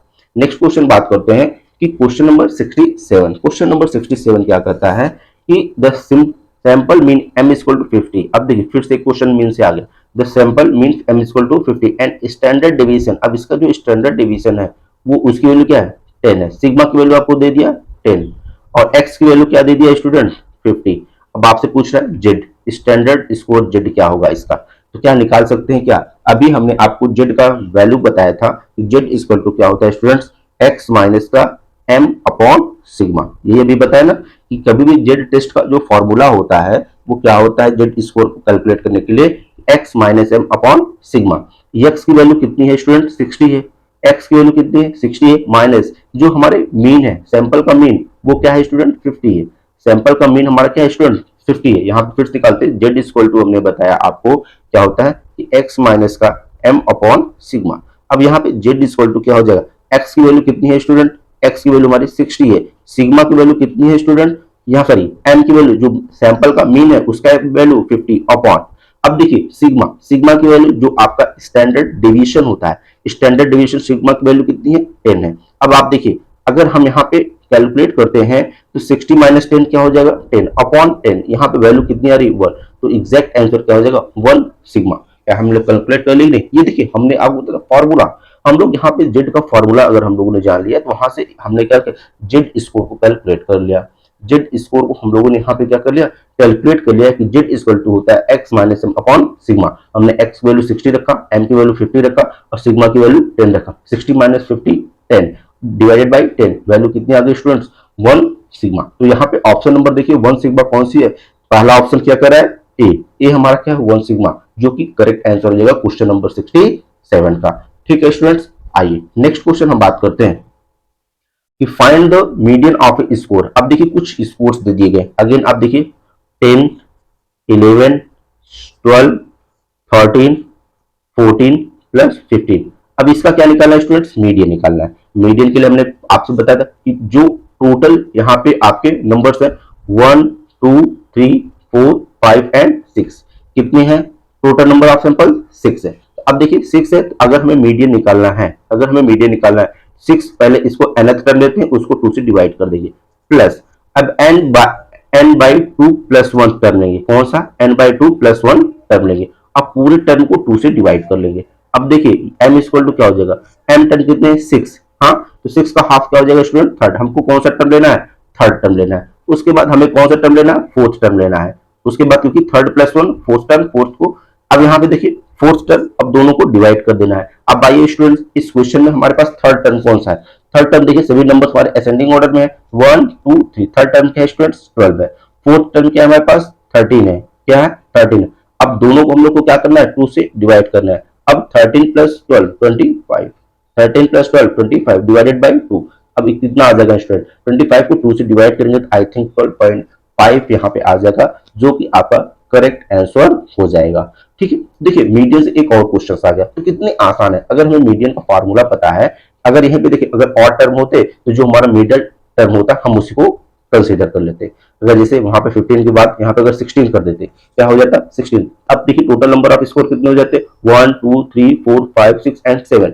अब इसमें क्या हो जाएगा, जो आपका मिडिल टर्म हो जाएगा, मतलब फोर्थ टर्म हमारा क्या हो जाएगा मिडिल, क्योंकि 14 15 16 3 इधर आ जा रहे हैं, 10 11 12 इधर आ जाए, तो यहाँ पे ये जो 14 हो जाता है ये हमारा क्या हो जाता है स्टूडेंट, मीडियन हो जाता है। नेक्स्ट अगर बात करते हैं, अब देखिए फिर एक स्कोर आ गया कि find out the score, mode निकालना है। अब यहाँ पे मोड इक्वल टू हमने आपको कई बार बताया, अभी जस्ट बताया कि मोड क्या होता है, most repeating unit, most repeating unit या मोस्ट रिपीटिंग सैंपल। जो सैंपल हमारा क्या होता है बहुत बार रिपीट हुआ होता है, मैक्सिमम टाइम्स रिपीट हुआ होता है, उसी को हम लोग क्या कहते हैं स्टूडेंट, मोड कहते हैं। अब देखिए जो आपको स्कोर दिया है, पहला स्कोर देखिए 12 कितनी बार दिया है, 12 कहेंगे सर एक बार दिया हुआ। चलो नेक्स्ट आते 7 कितनी बार दिया है स्टूडेंट, देखिए 1 2 3 टाइम्स दे दिया है। 7 कितनी टाइम्स दिया है, 3 टाइम्स दिया है। नेक्स्ट 5 कितनी टाइम्स दिया है, 5 को स्टूडेंट 2 टाइम्स दिया गया है, एक 5 इधर है एक 5 ये है। उसके बाद देखिए स्टूडेंट 7 हम लोग कल 14 और 13 दोनों एक एक टाइम दिया। अब देखिए अगर मैं पूछूं कि मोस्ट रिपीटिंग यूनिट क्या है, मोस्ट रिपीटिंग यूनिट क्या है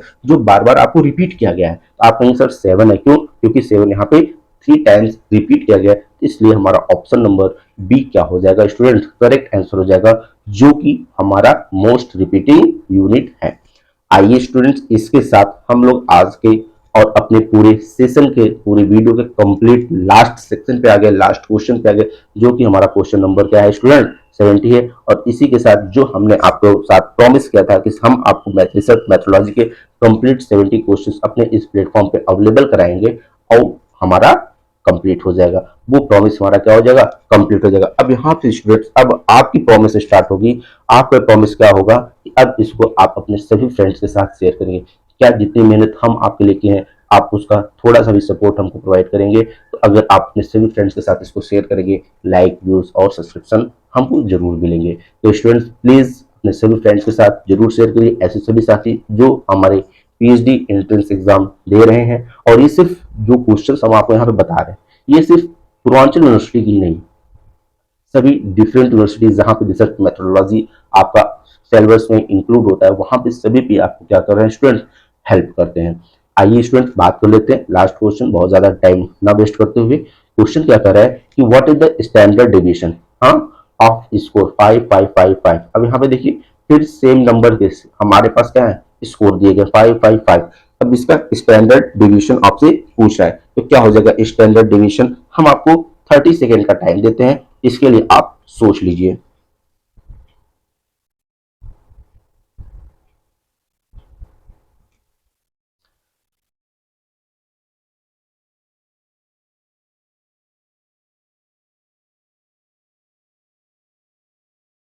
आइए लगभग 20 मिनट्स हो गए। तो स्टैंडर्ड डिवीजन के लिए अब यहाँ पे क्या हो जाएगा स्टूडेंट्स, अब देखिए क्योंकि जो हमारे पास नंबर है इसमें देखिए सभी स्कोर हमारे क्या है सेम है ना। अब बताइए जब स्कोर हमारे सेम है, तो जब स्कोर सेम है तो इसमें क्या डेविएशन हो सकता है, क्या स्टैंडर्ड डिवीजन की बात करेंगे बाद में। सबसे पहली बात कि क्या इसमें कोई भी डिवीजन हो सकता है जब सभी नंबर सेम है, जब नंबर्स में भी किसी प्रकार कोई इंटरचेंज नहीं है, नंबर में किसी प्रकार वेरिएशन नहीं है, तो डिवीजन कहां से होगा बोलिए। जब नंबर ही हमारे पास सेम है तो क्या डिवीजन पॉसिबल है, यहाँ पे नहीं पॉसिबल है। यहाँ पे किसी प्रकार का कोई भी डिवीजन नहीं होगा। जब कोई प्रकार डिवीजन ही नहीं होगा तो हम क्या स्टैंडर्ड डिवीजन कैलकुलेट कर पाएंगे, यहाँ पे नहीं कर पाएंगे। इसलिए अब आप समझ गए होंगे कि जब किसी प्रकार कोई डिवीजन नहीं है तो इसका आंसर हमारा क्या हो सकता है। तो क्वेश्चन नंबर 17 के लिए क्या हो जाएगा standard division for the score 5 5 5 5 5 is 0। क्या हो जाएगा स्टूडेंट, 0 हो जाएगा। यहाँ पे किसी प्रकार का कोई भी डेविएशन पॉसिबल नहीं है। क्यों, क्योंकि यहाँ पे सभी नंबर्स हमारे क्या है स्टूडेंट सेम है। इसी प्रकार अगर कहीं भी आपको कोई भी क्वेश्चन आ जाए जहां पे सभी नंबर सेम है, उसके बाद पूछा जाए इसका स्टैंडर्ड डेविएशन क्या होगा, स्टैंडर्ड डेविएशन, तो अगर नंबर सेम है तो वहां पे किसी प्रकार कोई भी डेविएशन पॉसिबल नहीं है। स्टूडेंट इसी के साथ हमारा जो टारगेट था वो कंप्लीट होता है। 70 क्वेश्चन रिसर्च मैथोलॉजी कंप्लीट आपको अपने इस प्लेटफॉर्म केमिस्ट्री बाय सत्यम श्रीवास्तव हमने आपको प्रोवाइड कर दिया है। जैसा अभी कुछ समय पहले हमने आपसे कहा था, अपने इस प्लेटफॉर्म केमिस्ट्री बाय सत्यम श्रीवास्तव अपने सभी फ्रेंड्स के साथ जरूर जरूर जरूर शेयर करिए, जिससे इस वीडियो का हेल्प आपके सभी फ्रेंड्स के साथ मिल जाए। अगर फर्दर किसी प्रकार कोई भी डाउट्स होते हैं, कोई भी मन में, तो देन आप हमारे कमेंट सेक्शन में कमेंट कर सकते हैं या फिर आप हमारे टेलीग्राम चैनल से जुड़ सकते हैं, जहां पे सभी प्रकार की अपडेट्स और इन्फॉर्मेशन मिलते हैं। आप अपने डाउट्स को वहां पे क्लियर कर सकते हैं। आपके जैसे वहां पे लगभग 300 बच्चे जुड़ चुके हैं। इतने लगभग 300 बच्चों के आसपास हमारे टेलीग्राम चैनल की जो फैमिली है वो कंप्लीट होने वाली है। जल्द से जल्द वो कंप्लीट हो भी जाएगी। और इसी के साथ हम आपसे जुड़े हुए हैं और कोशिश करेंगे और अधिक से अधिक चीजें आपको प्रोवाइड किया जा सके। पीएचडी इंट्रेंस रिलेटेड सभी प्रकार के अपडेट्स और इन्फॉर्मेशन के लिए आप अपने चैनल केमिस्ट्री बाय सत्यम से जुड़े रहिए। Thank you, bye bye.